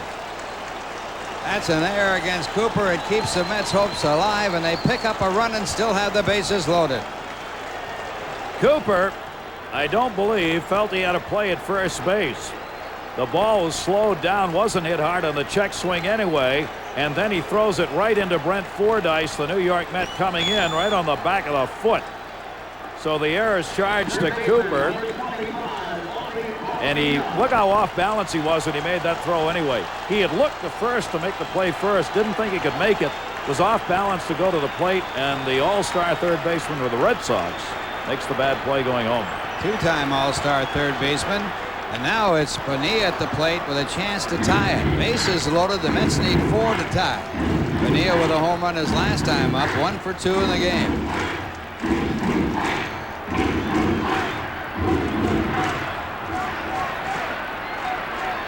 Bonilla with 20 home runs last year. So far this year, 4 for 11 with 1 home run, and he drives it to right field. This could be extra bases. It will be extra bases. 1 run will score. 2 runs will score. Bonilla ends up at second base, and the Mets have the tying run at second base as Bonilla doubles and drives in 2.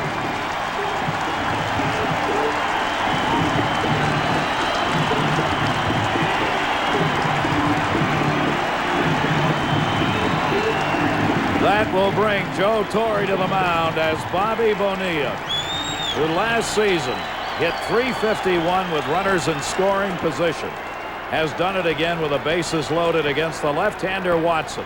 He sliced that one the other way. Jordan was playing over towards center. Was able to cut it off, but not before he ended up all the way in the corner. Vizcaíno and Butler came around to score. Into second base with a double, Bobby Bonilla, who now has 3 RBIs in this game. And he now has a total of 6 on the year in 3 ball games. And Watson unhappy with this situation. This call to the bullpen is brought to you by Bell Atlantic. We'll be right back after these messages.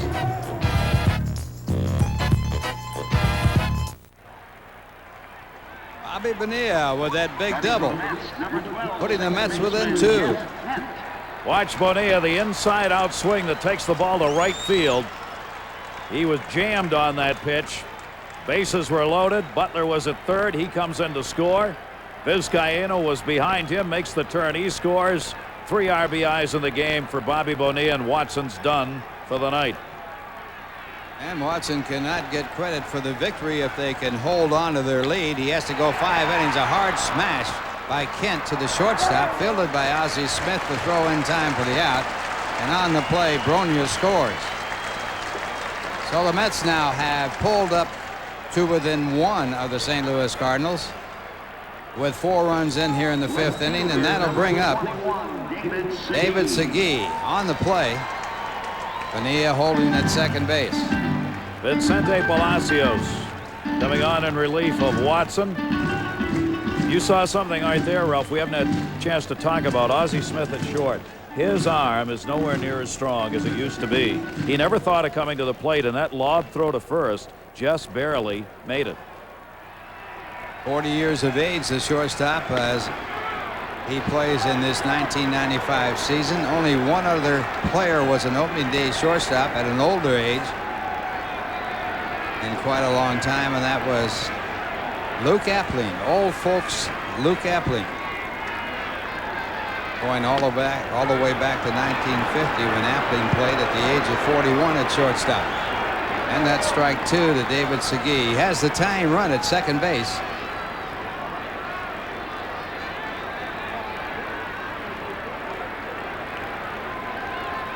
One man out as the Mets bat in the bottom half of the 5th inning. Segui, the 7th man to bat in this game. Palacios working to David Segui, and he misses with that pitch. 1 ball, 2 strikes.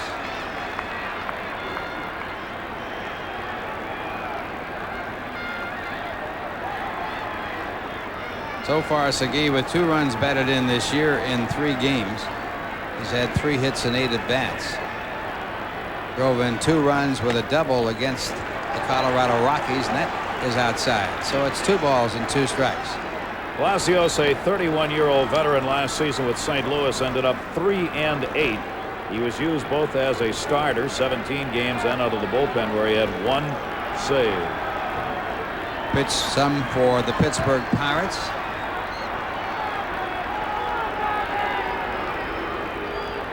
And it's strike 3 call. Fastball on the outside corner.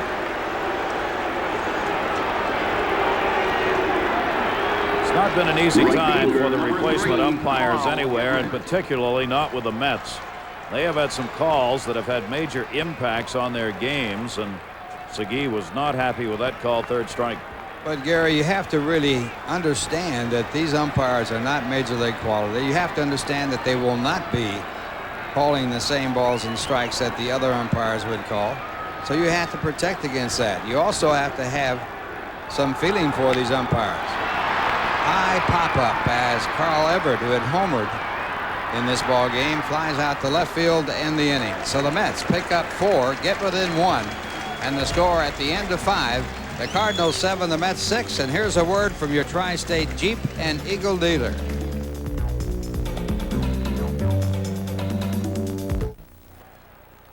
Cardinals leading 7-6 as they come up here in the top of the 6th inning. A new pitcher in for the New York Mets. Mike Remlinger coming on in relief of Bret Saberhagen, and the left-hander with a chance, if he can hold the Cardinals down, to really give the Mets a chance to get back on top in this game.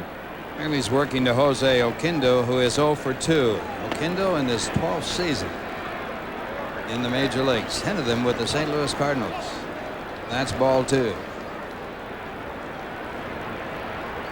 Oquendo so far this year 2 for 8, shows bunt, takes for ball 3. Remlinger immediately falling behind as he comes into this ball game.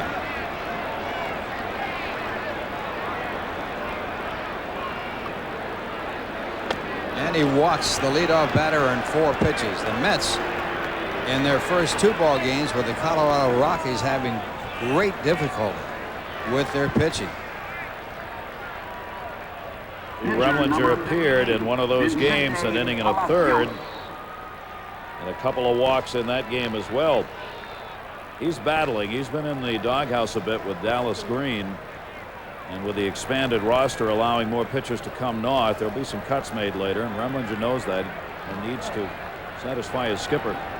Now the batter is the pitcher, and the first pitch to Palacios is taken for strike 1. Palacios in a bunting situation.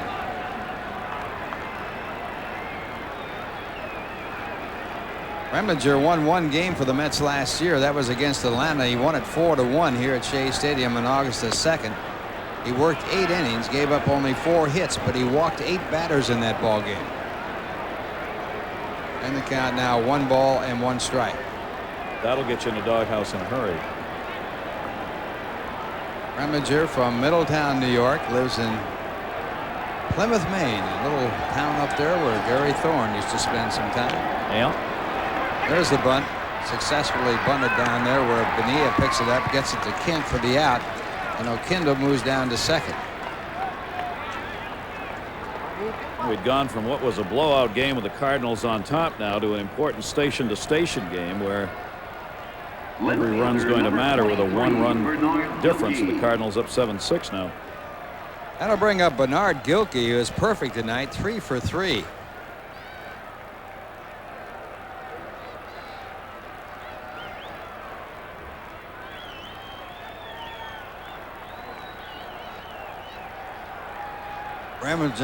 Remlinger, a graduate of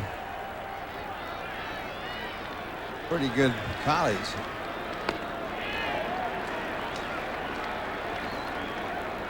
Dartmouth graduate. There's strike 1 as he works to Bernard Gilkey.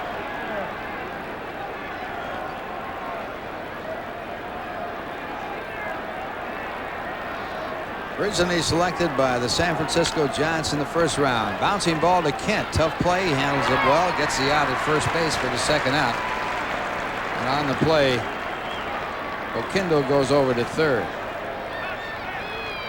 Remlinger, the left-hander, being brought on here to go against these guys who are at the top of the order and have more trouble against the left-handers than the right-handers in the Cardinal lineup.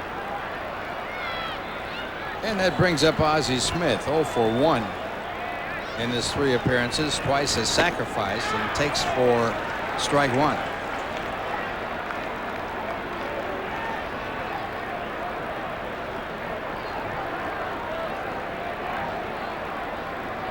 One strike to count.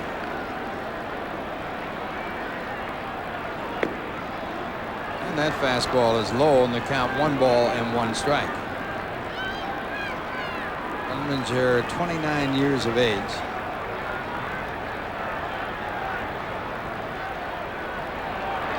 And he misses way out of the strike zone there. Good play by Huntley. 2 balls and 1 strike. Every year for the last 2 or 3 seasons, the question for Ozzie always is asked is how many more? And Ozzie's answer has always been, as long as I feel as though I'm contributing to the team and enjoy playing the game.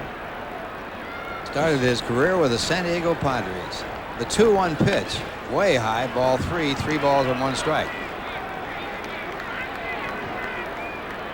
Ozzie Smith,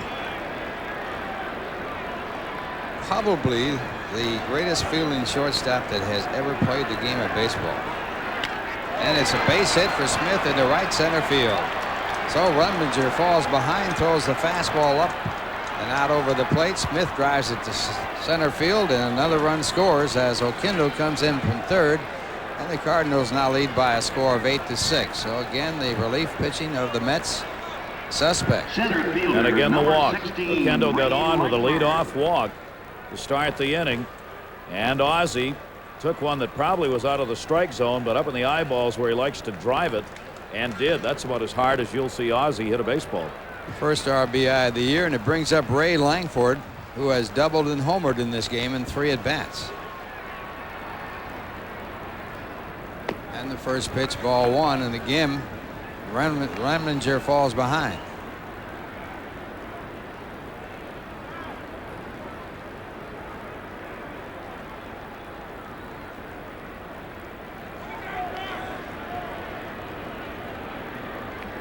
Cardinals scoring in the first inning, leading 1-0. 3 more in the third to lead 4-0. The Mets with a run back in the third to make it 4-1. Cardinals made it 5-1 with a run in the fourth. The Mets got a run in the fourth to make it 5-2. The Cardinals got 2 more in the fifth to make it 7-2, and the Mets got 4 in the bottom of the fifth. And now the Cardinals with 1 more here in the top of the sixth. This fly ball to center field will end the inning as Butler makes the catch, but The Cardinals pick up 1, and the score at the end of 5.5 innings, the Cardinals 8, the Mets 6, and here's a word from your Tri-State Toyota dealer.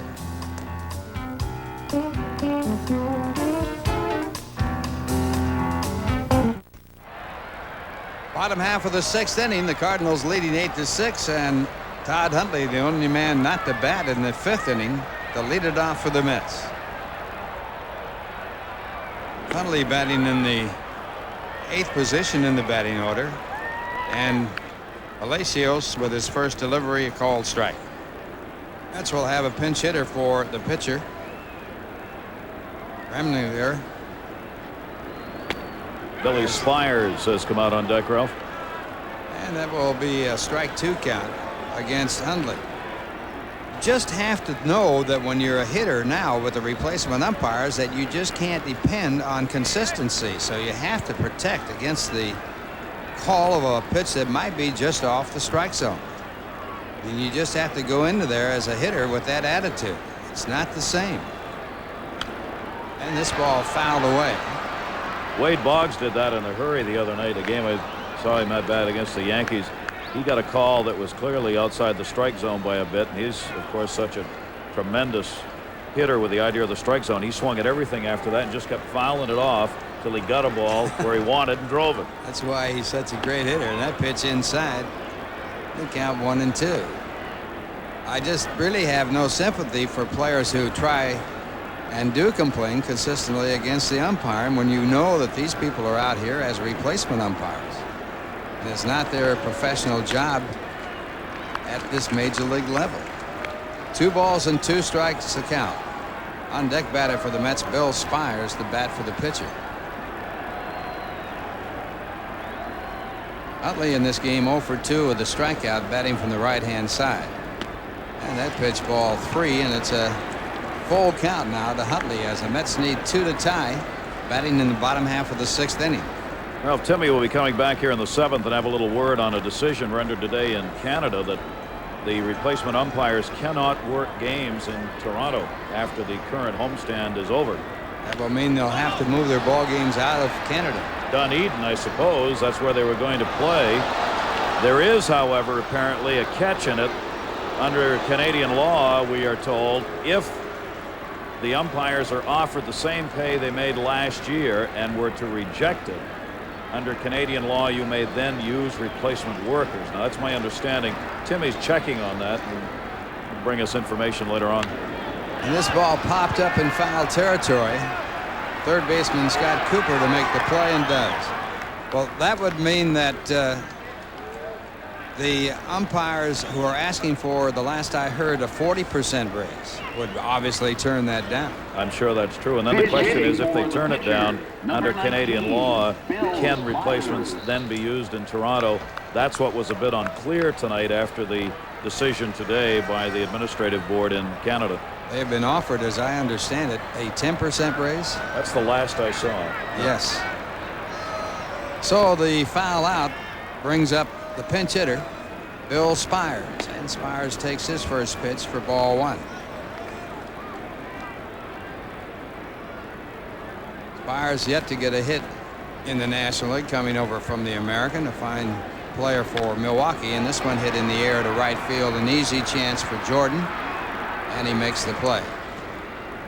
Fans, this copyrighted telecast is authorized under television rights granted by Sterling Doubleday Enterprises LP solely for the entertainment of our audience. Any publication, reproduction, or other use of the pictures, descriptions, and accounts of this game without the express written consent of Sterling Doubleday Enterprises LP is prohibited.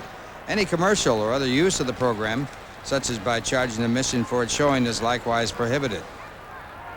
2 men away, bottom of the 6th inning, the Cardinals leading 8-6, and Brett Butler, the batter. Butler walked his last time up to get on base for the Mets' 4-run inning. That put them within 1. The Cardinals got a run back in the 6th. They now lead by 2. Butler in this game 0 for 2 with a walk and a run scored. So far for the Mets in 3 ball games, he's had 4 base on balls. He has had 8 base hits. And he has had a total of, I should say, he has been on base 8 times and a total of 13 at-bats. He's had a total of 5 base hits coming into this ball game, and that pitch fouled off for a strike 2 count.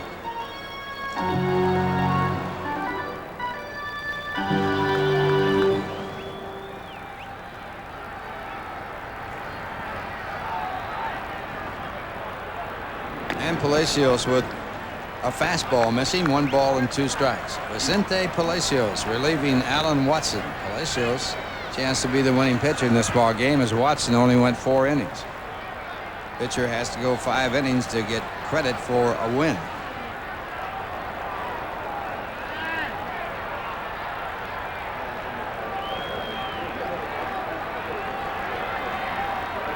On deck batter for the Mets is Jose Vizcaino, and Butler gets another ball call.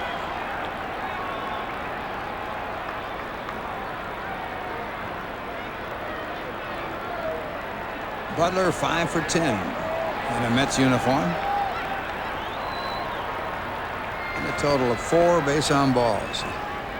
On base percentage outstanding. The 2-2 pitch. It is fouled. Just got a piece of it. So the count remains at 2 balls and 2 strikes. Tomorrow, an afternoon game, 1:40 start.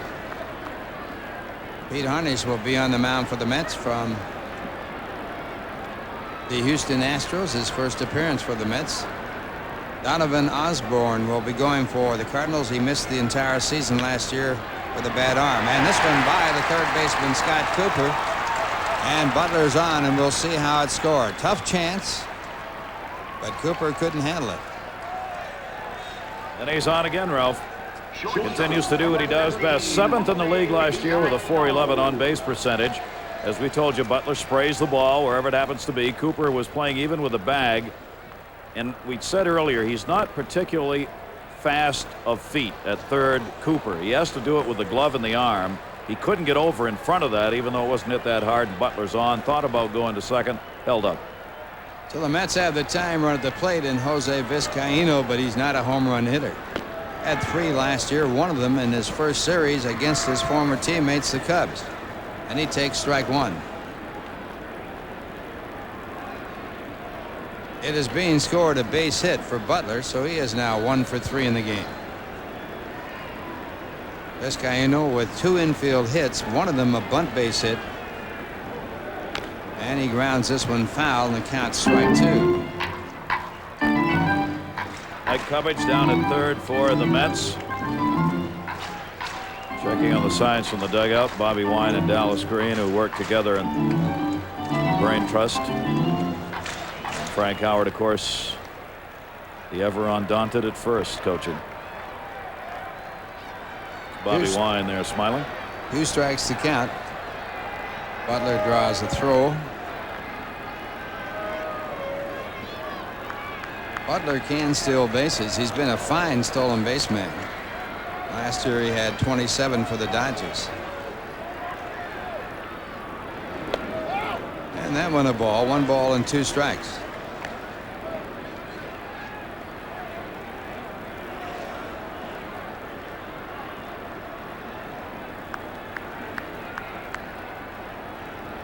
Butler with 150 stolen bases in the National League and in the American League. Swung on a miss. Struck him out with the fastball. That will end the inning. 1 hit, 1 left. The score at the end of 6. It's the Cardinals 8 and the New York Mets 6. Now here's a word from Pontiac.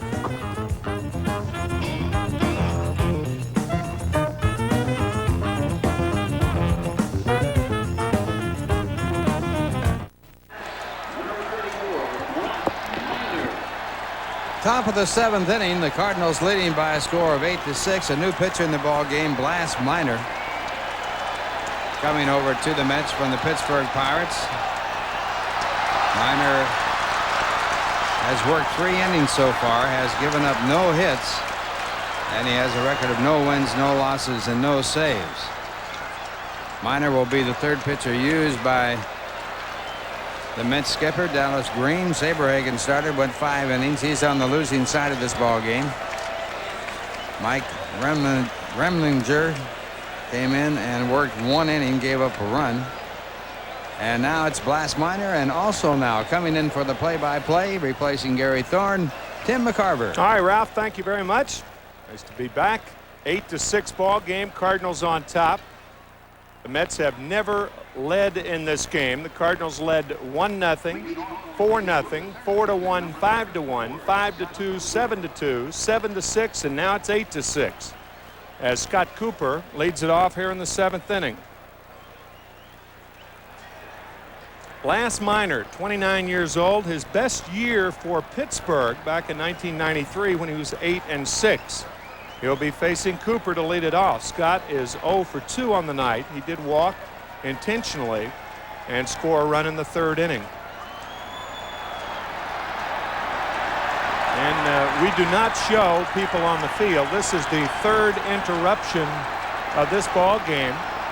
And I think you and Gary made a very good point a couple of innings ago when you were talking about the owners and the players combining to allow fans to feel some disrespect for this ball game, and that I think is one of the real ugly things that has come out of this strike, among other things. Well, as Gary Thorne pointed out, it's not only here in New York, and we're seeing it for the first time here in New York with this first game, but it's happened in other ballparks around. Most notable in Pittsburgh the other night. Jay Bell made 1 of 3 errors in the 5th inning, and then the bats were littered. They had actually given out small bats with Pittsburgh Pirate pennants on the end of them, and they were littered onto the field in the 5th inning.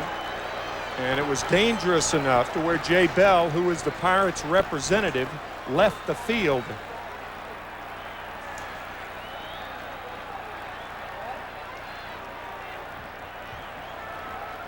Well, it is a shame, Tim, that with the gala feeling that you get at opening day, that something like this has to dampen the enthusiasm of everyone concerned.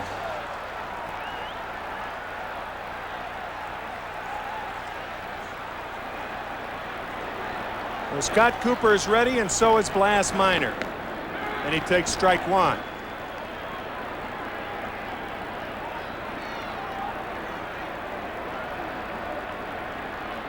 $11 hits for the Cardinals, 8 hits for the Mets. Curveball is low, 1-1 to Scott Cooper. Cooper on the trade from the Boston Red Sox. The day of the trade, he was playing golf with Roger Clemens.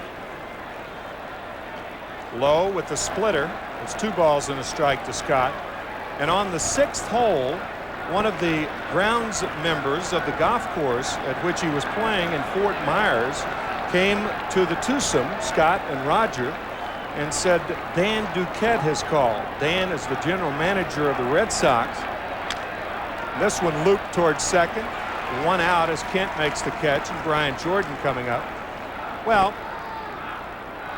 Scott thought it was an emergency or that he had been traded. Clemens said, "You've been traded." So they had to get to a phone, and they're on the 6th hole of this golf course. So Scott goes over. There's a guy mowing his lawn off the 6th hole. He goes over and he says, "Excuse me, sir, I'm Scott Cooper with the Red Sox. Our general manager has just sent the groundskeeper out to tell us that we should call him. Could I use your phone?" And the fella allowed him to use the phone. Can you imagine this guy now? He's going to for years say, "Hey, this is the phone that Scott Cooper used to find out about his trade to the Cardinals."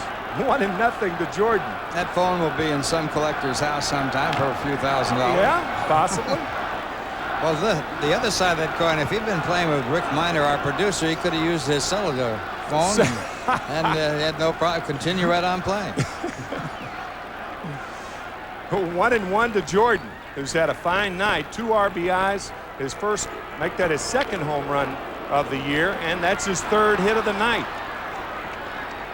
He homered his last time up. He had an infield hit in the 3rd inning, so he's had 3 straight hits, and he's also a threat to runs. John Mabry, the first baseman, coming up.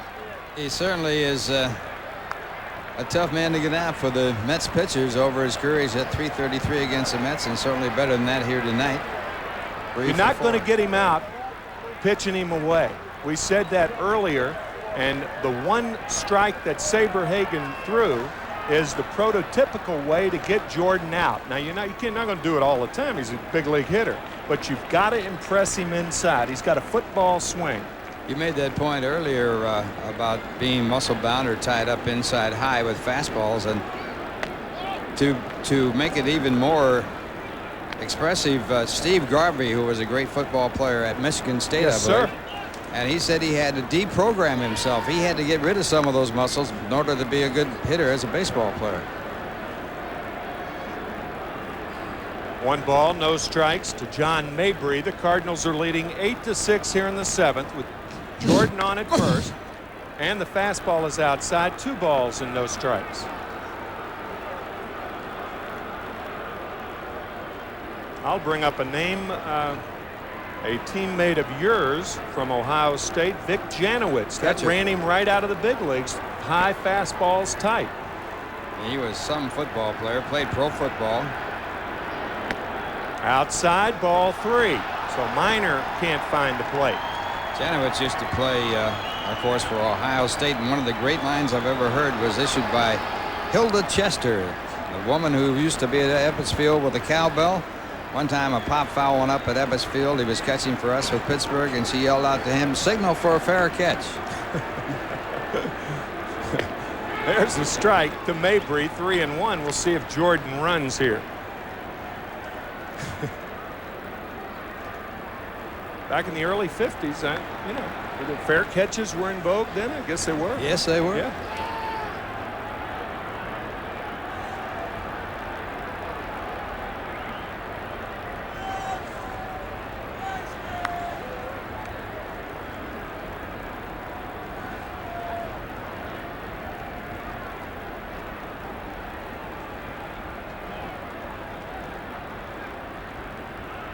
There goes Jordan, ground ball, base hit right side. Jordan will go to third, so the Cardinals with runners at the corners and still only 1 out. The second hit of the night for John Mabry, the first baseman. And that'll bring up the catcher for the Cardinals, Tom Pagnozzi. You know, we're talking about Jordan there, and we'll try to illustrate it. Now, pitching is a very inexact science, but watch this pitch from Saberhagen earlier in the game. Inside fastball. He's all tied up. You can see that. He couldn't get his arms out in front. This is the next pitch, curveball. And it's out and away, and he hits a ball hard. Actually, that ball was scored a base hit. It should have been an error, and it would have gotten Saberhagen out of the inning. I agree with you. With only no runs scored compared to 3. But the point is, the next time up, the changeup was a pretty good one, but it was out over the plate. He extended his arms, as you and Gary were talking, and the curveball against Minor, extending the arms, ground ball through the middle. So I don't think the National League is really caught up on exactly how to pitch. Yeah, but that's not a kept secret. I mean, you pitch guys like that inside high fastballs. That's been going on for years when they're football players or guys that are big and strong, like Pete Incavilla would be another great example. Low, ball 1 to Pagnozzi, who's 0 for 3 on the night. That was always the rap on lifting weights, was that you build up those muscles in the top of your chest there, and then you're tied up on pitches that are high inside. Greg Luzinski, that was a book on Luzinski. Greg, the fine hitter with the Phillies. Breaking ball and a beauty there on the curve. It's 1-1 to Pagnozzi. You know, getting back to Vic Janowitz, he played football at Ohio State. This is the last pitch here. It's a curveball, and it fools Pagnozzi badly. But Janowitz was at Ohio State, and I think the reason why he went to Ohio State, and this is my opinion only, it was never proven, was that John Galbraith, who was a big contributor to Ohio State, the owner of the Pittsburgh Pirates, said he would take him to Pittsburgh after his football career in college. Wow. I've never heard that. And true to his word, John signed Janowitz, and he had a short-lived major league career as a catcher for the Pirates. 1-1 to Pagnozzi. 2 on, 1 out in the 7th. Cardinals up by 2. Fly ball center field, shallow. Butler, Everett reached up, and the throw home, out at home. Carl Everett, the right guy, made the throw. What a throw by Everett. The Cardinals don't score, but the Mets trail by 2. We're back after this from Chrysler.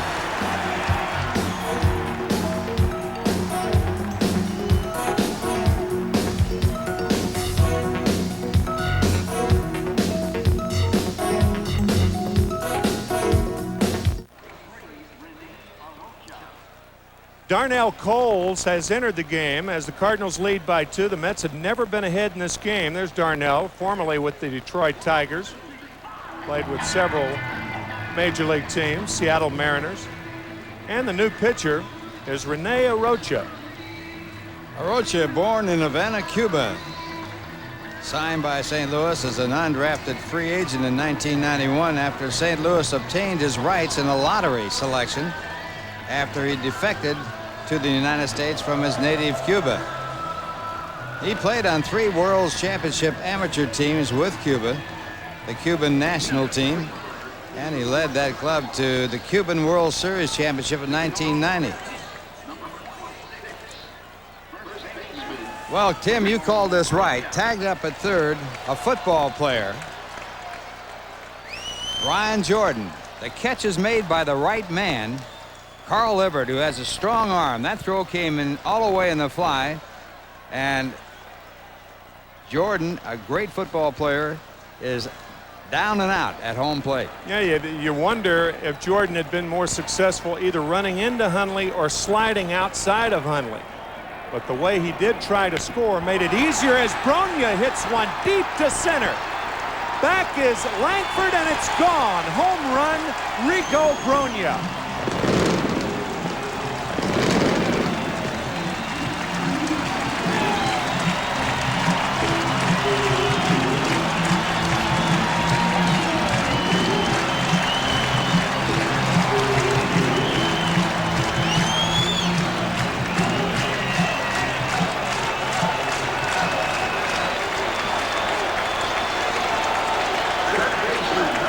Second home run of the year for Brogna.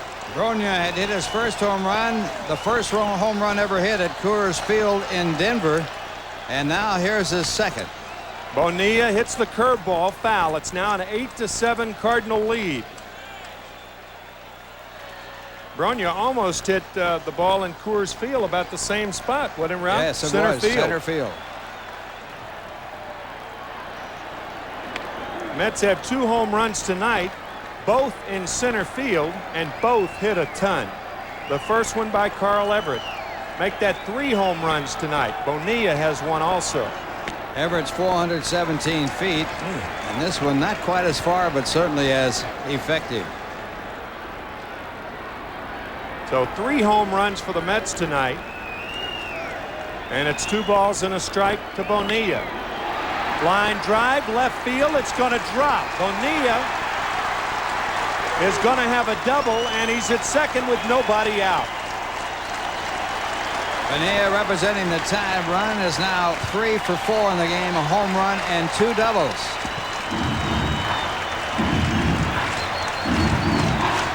Three RBIs for Bobby on the night. That's matching his 2-game output in Colorado. There's Brogna's home run, a fastball, and he takes it out over the center field fence. It gets up into the air and travels out of town.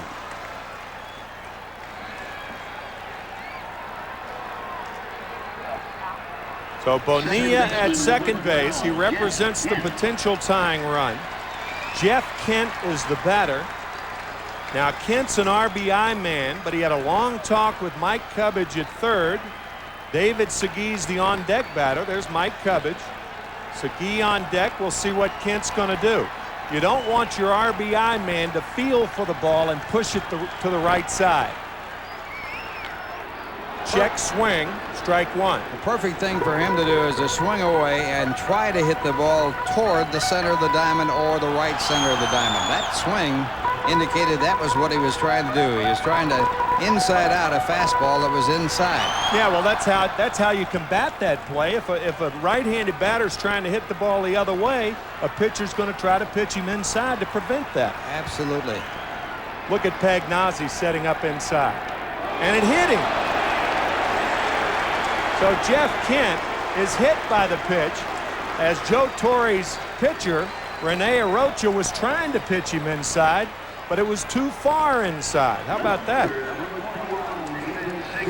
Well, the strategy of the game of baseball is so intricate when it is implied and implanted.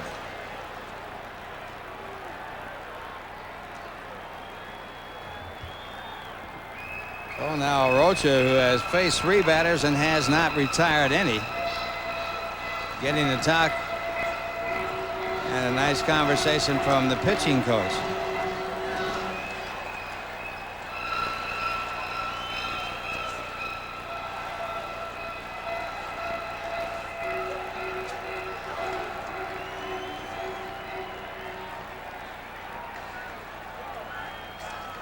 So Mark Riggins, the pitching coach for Joe Torre, out to talk to Arocha. Segui will probably be bunting, and Scott Cooper, the third baseman, now giving the signs to the middle of the infield to see whether the rotation play is on or not. And the Cardinals use it well with Ozzie Smith in the center.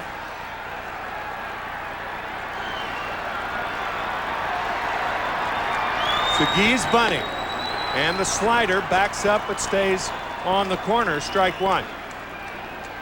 Rotation play was not on then. That's where the third baseman and first baseman charge. The shortstop goes to third. The second baseman goes to second. Cardinals did not have it on then. They were playing it straight up. 0-1 to Segui. Shows bunt. And Arocha steps off. 2 on, nobody out. 8-7 Cardinals here in the 7th.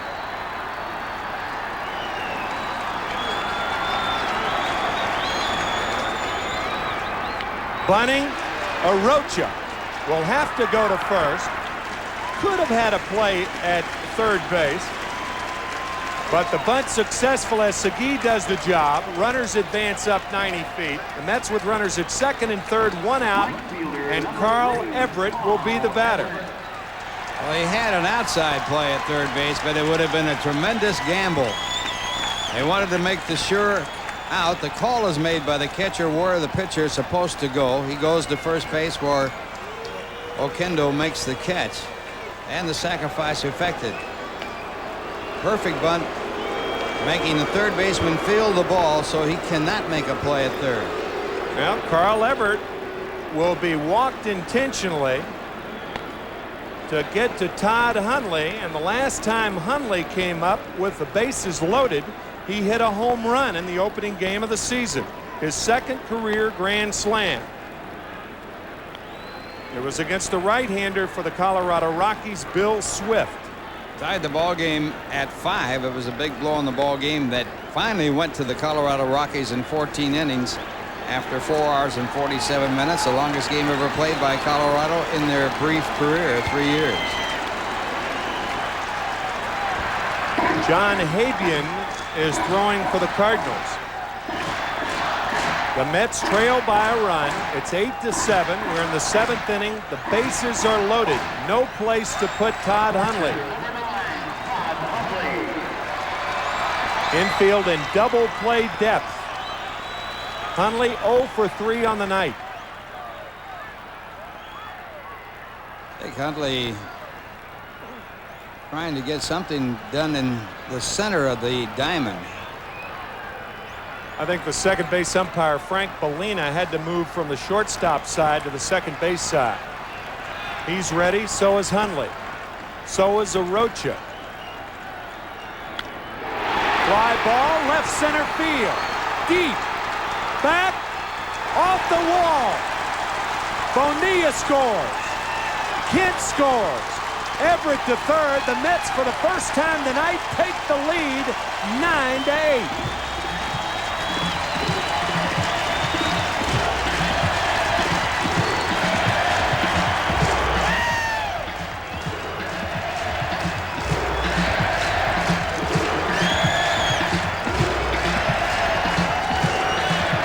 Todd Hundley has shown power to right field, but rarely power the other way, hitting left-handed. He's almost a dead pull hitter left-handed, but this time he goes with the fastball out over the plate.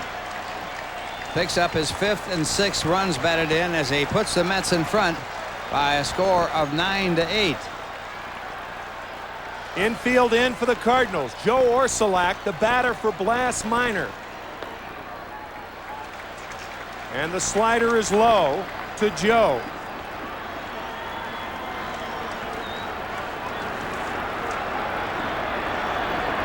Orsulak's first pinch hitting appearance of the year. And he fouls it back. 1-1 to Orsulak. Joe 1 for 4 on the year.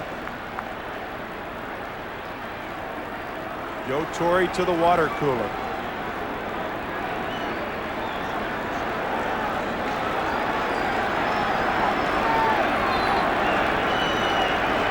Slider misses. 2 balls and a strike. On deck is Brett Butler.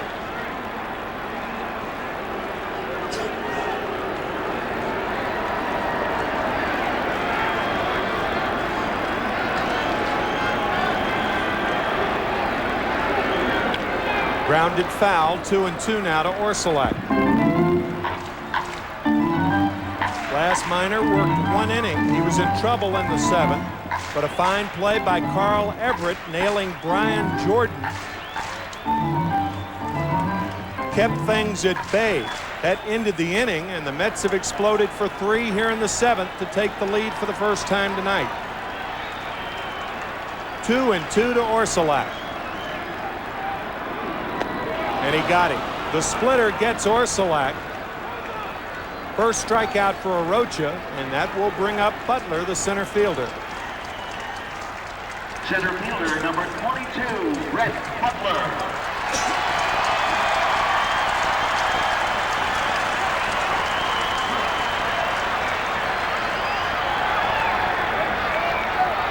Cardinal infield, of course, drops back. Runner still at 2nd and 3rd. And Brett, as in the case of most Butlers, will do anything to help their employers.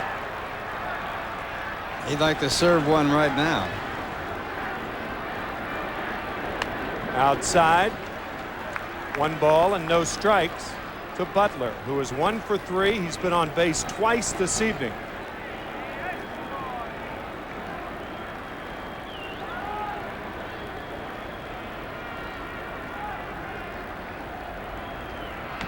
Outside, 2 balls and no strikes. He's not going to get much to hit here.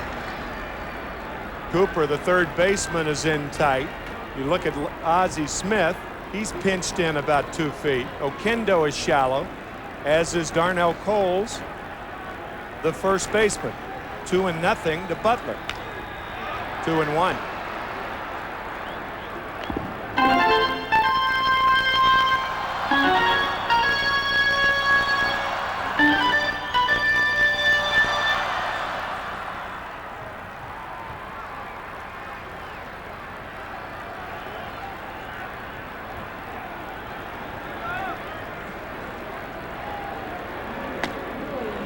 Three balls and a strike now to Butler. All 4 pitches from Arocha to Brett have been outside. So it looks like they're that proverbial pitch him away and play him that way. Yeah, they're playing that way. He's pitching for the defense. And if he misses outside, he walks him and pitches to Vizcaino. Right here in this spot, it's no picnic for the hitter because they should not give in to him with that first base open. Hitter should look for a tough pitch. Came in with a fastball right down the pipe. Unbelievable. Full count to Butler. He'd have got me, boy. I would never look for this pitch. Me too. I'd be looking for something that'd be low and away, and this is right down there. It actually looked like it might have been low, but it was right down the heart of the plate. You know what that was, Ralph? That was a mistake strike by a pitcher. Trying to keep it out of the strike zone. He got a strike. Yep. Full count to Butler. Fly ball, shallow left and playable. Gilkey is in. He makes the catch. but the Mets take the lead with 3 here in the 7th. They lead it 9-8 after 7, and will return right after this message.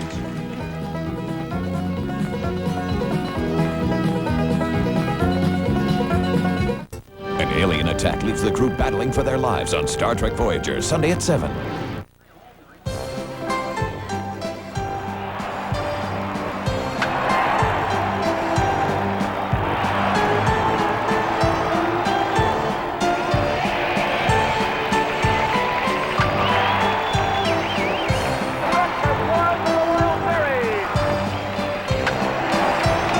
It's always different, but it never changes. Baseball.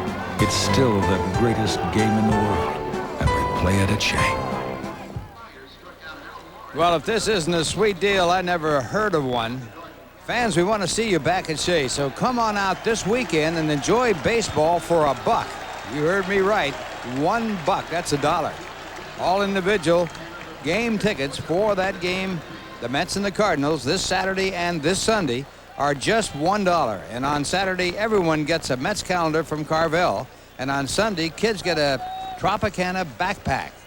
Tickets for Sunday's game can be ordered Saturday by phone at 718-507-TIXX or at Shea's advanced ticket window. Tickets are also available day of game at Gates A&E. So come on out. The day of the game, Saturday and Sunday, $1 to get in the ballpark. Joe Orsulak stays in the game, so he'll obviously continue to hit 9th. And batting 6th is Jerry DiPoto, the 4th pitcher of the night for New York. Jerry has worked 1/3 of an inning so far. That ERA, of course, very high, but 1/3 of an inning equates to 1 run. So he's in a position to pick up a possible save. And on the winning side of this ball game right now is Blas Minor, who came in and worked just 1 inning. Playing left field for the Mets, Jerry obtained from the Cleveland Indians, along with pitcher Dave Malicki, Paul Bird, and a player to be named later. That was Jesus Azue. For outfielder Jeremy Burnitz and pitcher Joe Roa. That trade was made last November. And the Mets lead by a run. Jose Oquendo, the second baseman, leads it off for the Cardinals here in the 8th inning.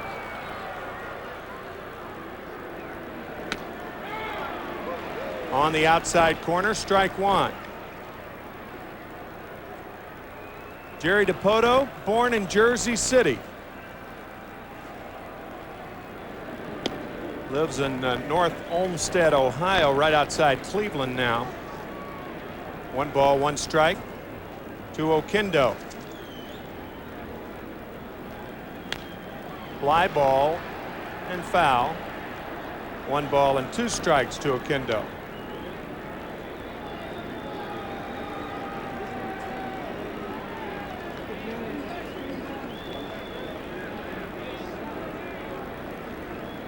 DiPoto trying to hold it so John Franco can come in and try to save it.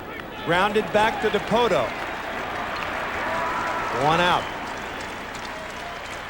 And Darnell Coles, the first baseman, will be coming up. And this week, Major League Baseball is back. And how appropriate. I've been saving this for 8 months, Ralph. My brother sent me this Week magazine last year. It is dated August 28th, 1949. So that was 46 years ago.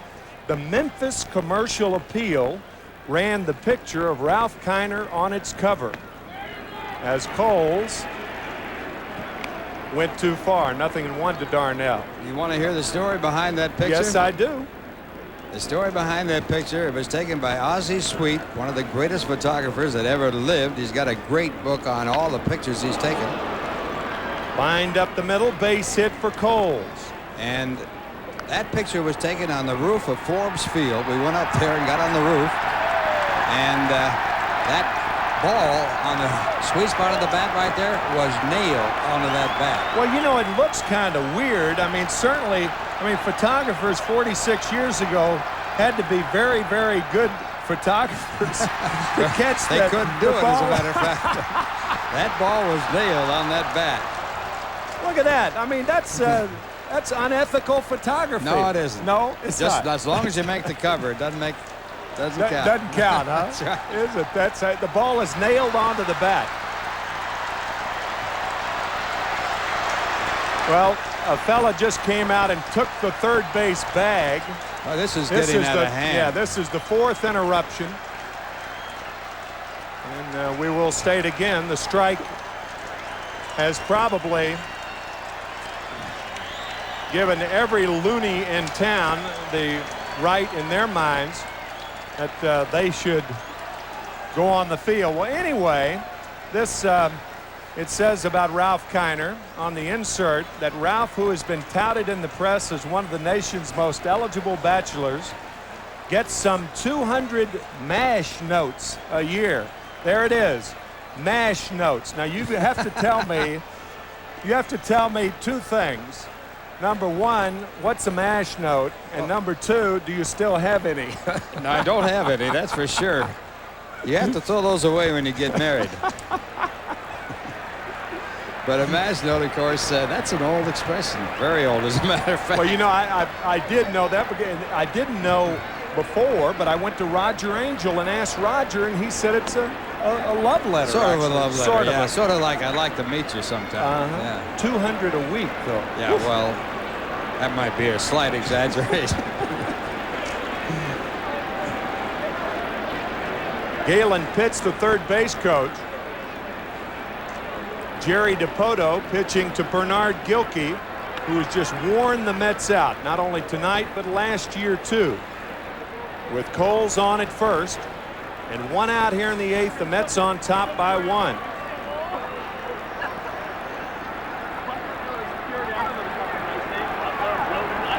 Jose Cardinal, an excellent base runner and base stealer, probably talking about the lead that he thinks Coles should get. Very funny.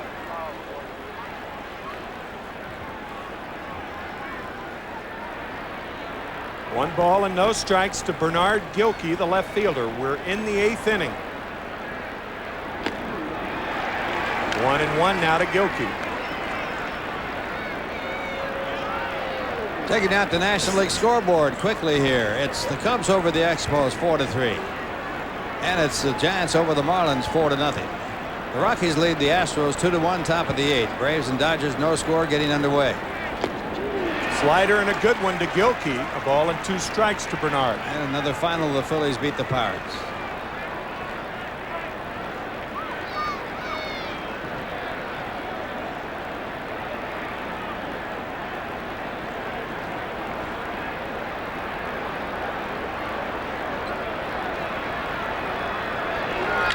Grounder towards short. Vizcaíno to Kent. Back to first, not in time. Bang, bang play, but Gilkey beat it. The Mets getting the lead runner. The ball really not hit that hard to get to. Two outs. It was sort of a half-hit ball, bouncing ball. They try to make it. Good play all the way around. Kent with a strong throw to first, but just not in time. And that leaves a base stealer at first base with 2 men out.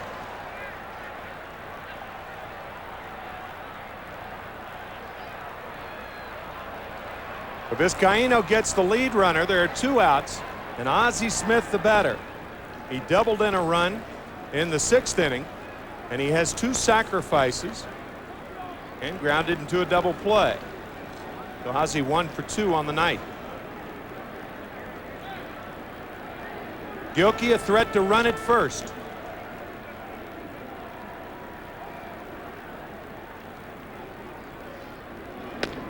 Outside, ball 1.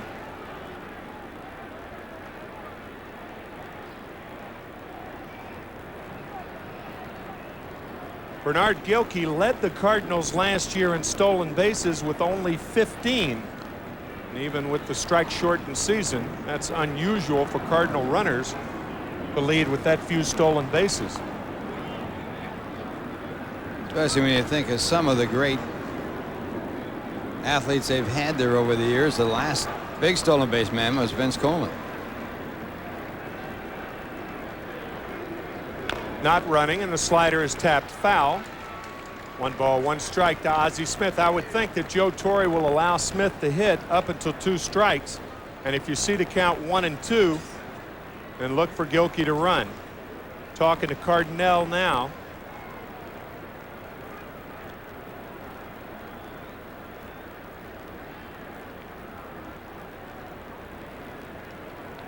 Two outs, Gilkey at first, 9-8 Mets. We're in the 8th inning.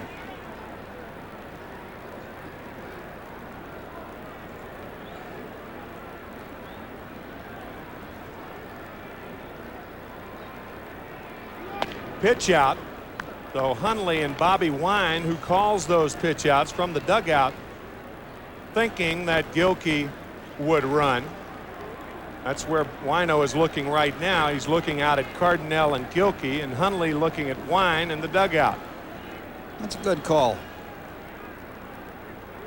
2 balls and a strike. Especially if your pitcher can get it over. Not running, fly ball, left field. Orsolak, an easy play. Well, the Mets have sent some MASH notes of their own tonight. They have 3 home runs. They lead it 9-8 after 7.5. And we'll be back after this from Chrysler.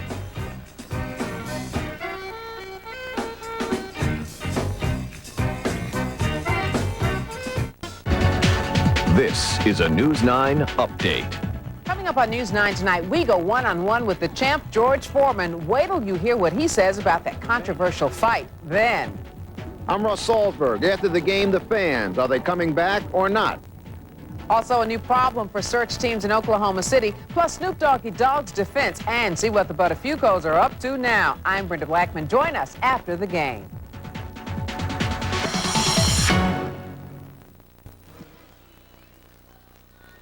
We are in the bottom of the 8th inning. Tim McCarver along with Ralph Kiner and Gary Thorne.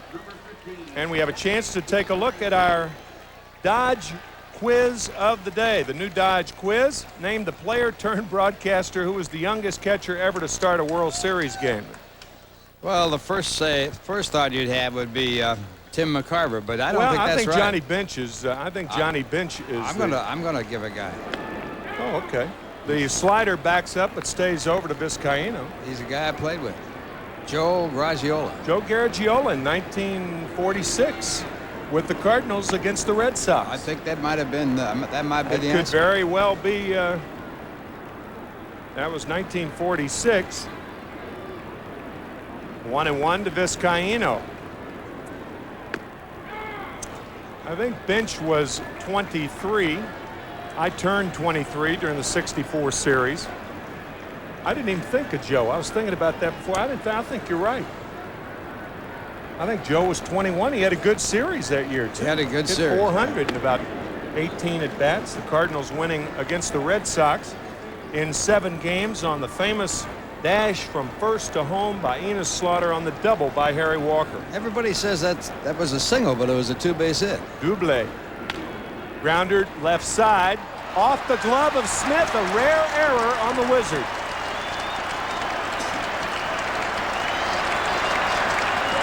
Remarkably, the first error in this ball game, even though it has not been a good defensive matchup tonight.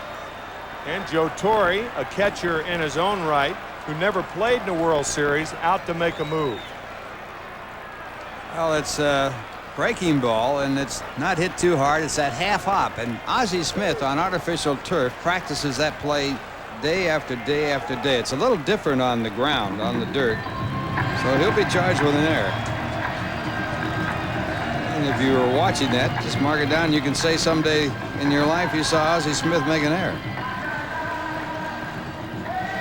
He will be in the Hall of Fame because of his glove, even though his bat was not that shabby and hasn't been that shabby.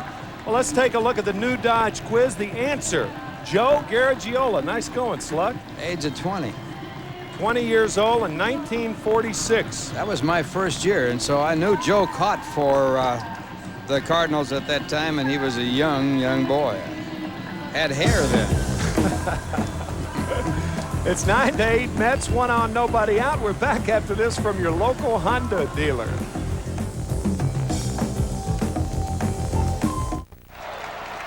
Emilio Antonio Fasas on the mound for the St. Louis Cardinals. formerly with the Boston Red Sox, in his 17th year of pro ball. Started his career in 1979. He is facing Rico Brogna. Rico with a home run his last time up. He's 1 for 4. 2 home runs on the season. He hit the home run off Rene Arocha. The Mets lead 9-8. Nobody out here in the 8th inning. And Brogna is bunting, and Darnell Coles flips to Oquendo. I think that's an excellent play, and I'll tell you why. Tony Fasas has had such remarkable success against left-handed batters that 2 years ago in mid-August, after facing some 70 left-handers during the year, one left-hander had a hit. There was a bunt base hit. That's how effective Fasas can be against left-handed hitters. And that's all he's going to see right here. As the Mets have a right-hander coming up, a switch hitter, Bobby Bonilla. So Fasas, who was born in Havana, Cuba, will leave the ball game. And while we have a new pitcher coming in, this call to the bullpen is from Nobody Beats the Wiz.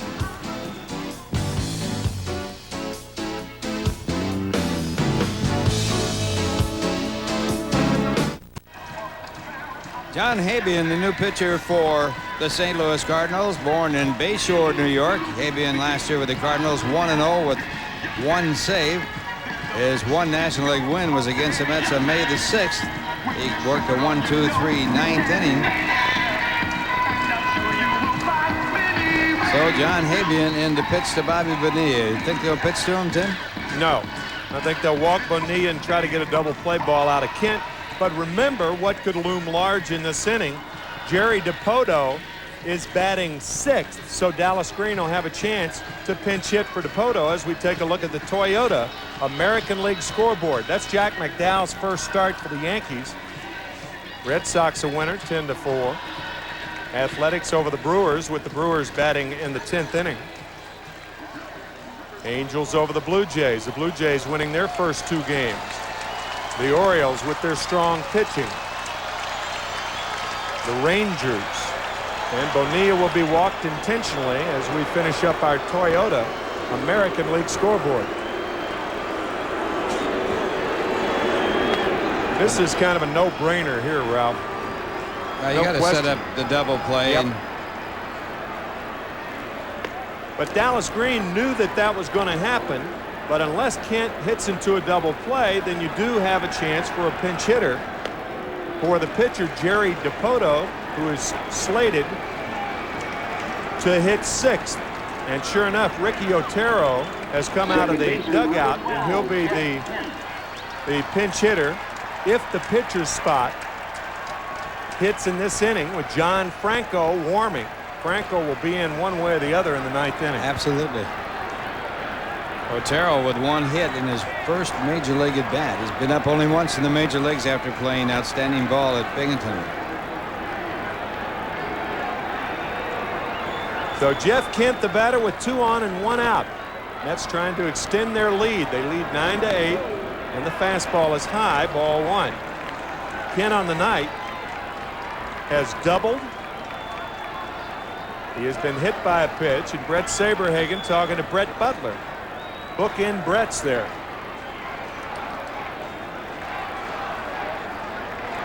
Saberhagen a tough outing tonight, but off the hook on the losing side. He gave up 7 runs in his 5 innings. Tap toward third. Cooper will have to go to first. He double clutched and threw it away. Vizcaíno scores. The Mets lead it 10-8 as Bonilla goes to third.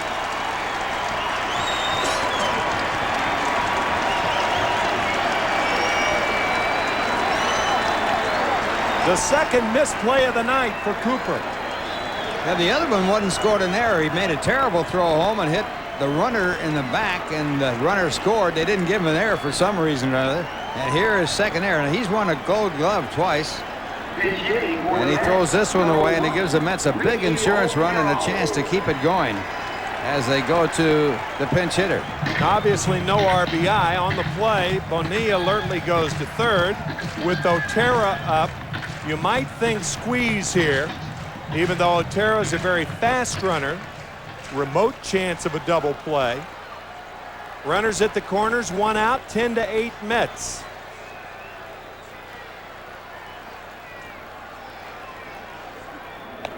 High, ball 1. The further behind in the count the pitcher gets, the more the likelihood of the squeeze. Mike Cubbage. Flashing signs. And the game interrupted for the 5th time tonight as a fan goes on the field. They're not going to have room in the jailhouse for all these people.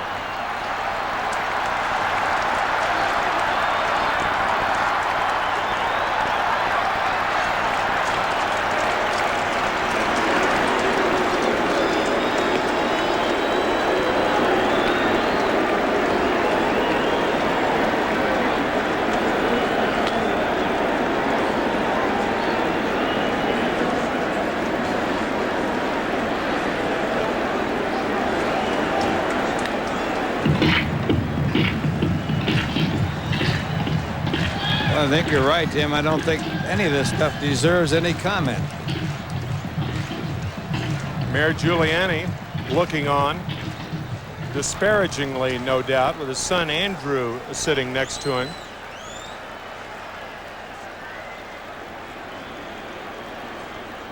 Mets have runners at first and third, 1 out, 1 ball and no strikes to Otero. Ground ball towards second. Oquendo to Smith.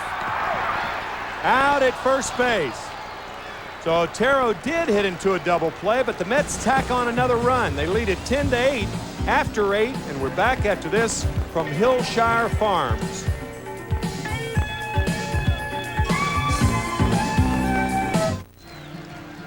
Mets leading by a score of 10-8, and John Franco coming in to try and pick up the save. He blew a save in Colorado. He has won the distinction of being the left-hand pitcher with the most saves in the history of Major League Baseball. Checking out Go ahead, Ralph. The Wiz game summary for the Cardinals. Bernard Gilkey with 3 hits and 2 runs scored. Lankford with a 2 base hit, a home run, and 2 runs batted in. Jordan with a home run, a base hit, and 2 RBIs. But on the other side, the Mets leading Bonilla, home run, 2 2-base hits, and 3 runs batted in. Huntley, go ahead 2-run double. And as we go to the 9th inning, the Mets a chance to win their first game of the year. They've had 2 other chances, and they blew both of those. And now they're in a position with their ace, 30 saves, the most in the National League last year, on the mound. Mets were ahead by 1 run on Wednesday night. John Franco came in. He made 1 bad pitch, says John, to Larry Walker of the Rockies. He doubled in a run to tie it, and the Rockies won it in 14 on a 3-run homer by Dante Bichette. 1 ball and no strikes to Ray Lankford, who is 2 for 4. He is homered and doubled on the evening. 1-1 to Lankford.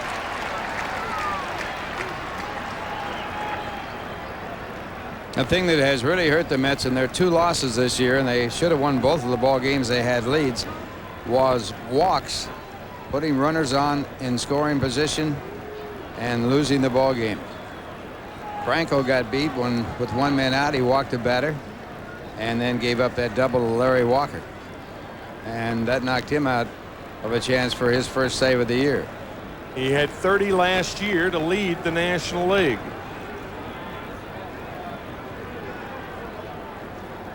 Franco with more saves than any other left-handed pitcher. 268 coming in as Lankford swings and misses. 1 ball and 2 strikes. Now to Lankford.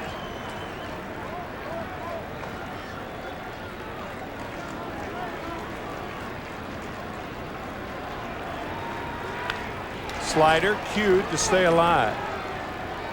3 times Franco has led the National League in saves. Yeah, I said 268. He has 266 lifetime saves, surpassing Dave Righetti last year. Righetti with 252. Franco with 118 saves with the Mets. That's a Mets record. Strike 3 call to Lankford. 1 out here in the ninth.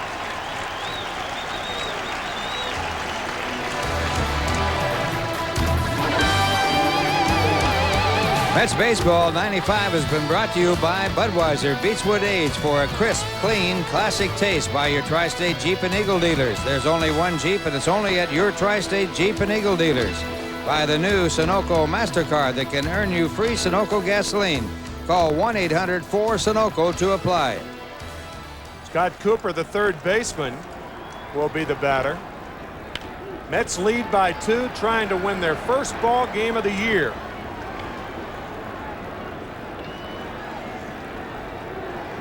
Nothing in 1 to Scott Cooper.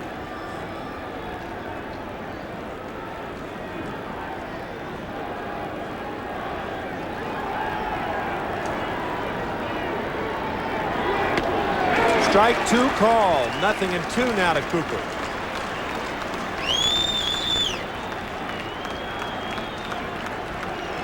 Scott's had a tough night. 2 missed plays in the infield, even though he was given or charged with 1 error.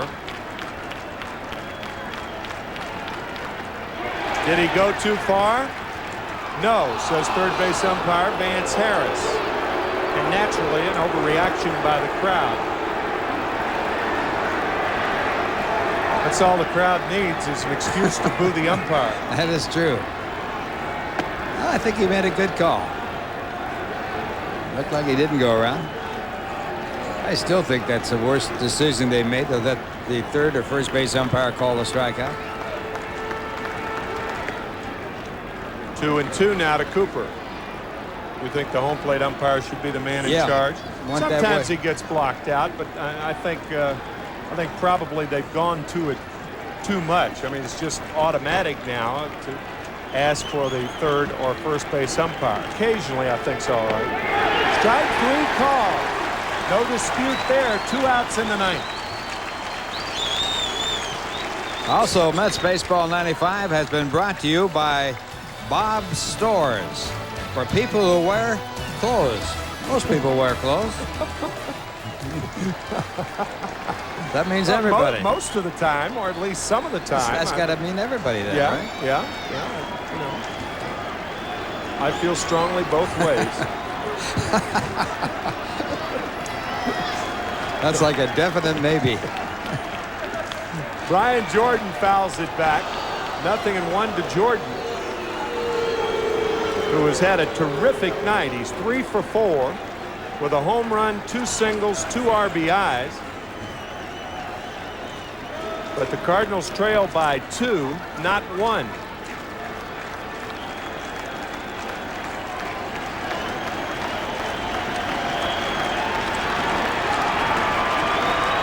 Mets have been out hit tonight, 14-11, but they have a 2-run lead here in the ninth inning. 3 home runs for New York tonight. Everett, Brogna, Bonilla. 1-1 now to Brian Jordan. And Gerald Perry, the pinch hitter deluxe, is on deck for Joe Torre.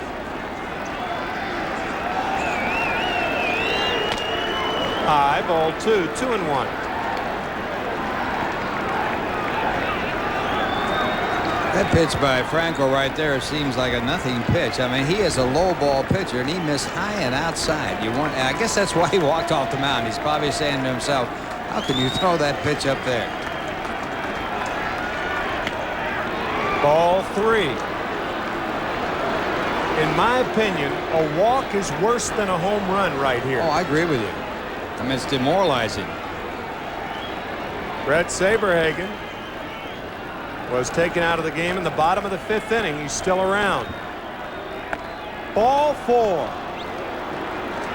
I know people listening to this and then wait a minute now. You're saying that a walk is worse than a home run? Yes, that's exactly psychologically. It's psychologically, what it does for the tying run or the potential tying run of Gerald Perry, it coaxes a pitcher like Franco, regardless of how much experience you've had, back into the strike zone to throw too fat a strike.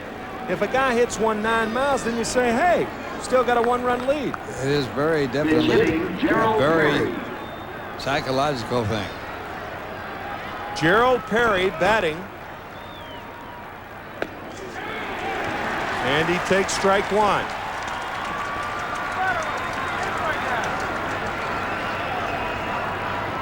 Perry batting for John Habian, the last of the Cardinal pitchers up to now.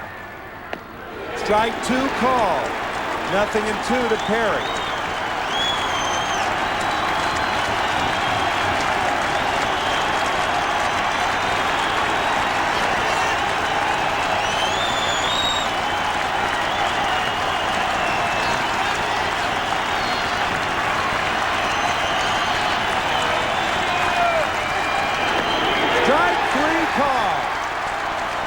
The Mets win their first game of the year, and one of the more encouraging signs, John Franco striking out 3 left-handed batters in the 9th inning, and lefties gave him problems last year. It got so bad last year that they started setting up left-handed pinch hitters against him. San Francisco, a case in point when they sent up Dave Martinez and Jeff Reed, who both singled against him at Shea in mid-season. So the Mets win it. Good signs all around. Bret Saberhagen had a bad outing tonight, but John Franco came back to pick up his first save of the year. Bobby Bonilla with his first home run of the year. 1 of 3 the Mets hit tonight. They win it 10-8 over the Cardinals. Their record now 1-2, and we'll be back after this from Budweiser.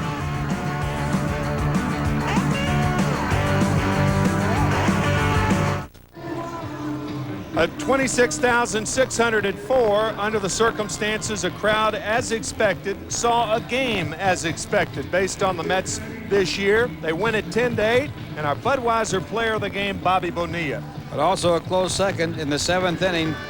Carl Everett's throw home, knocking off Jordan, trying to score to keep the score at 8-6 instead of 9-6. Also a big play. Closed captions was sponsored by British Airways, and this has been a presentation of WWOR-TV UPN9 Sports. So long, everybody.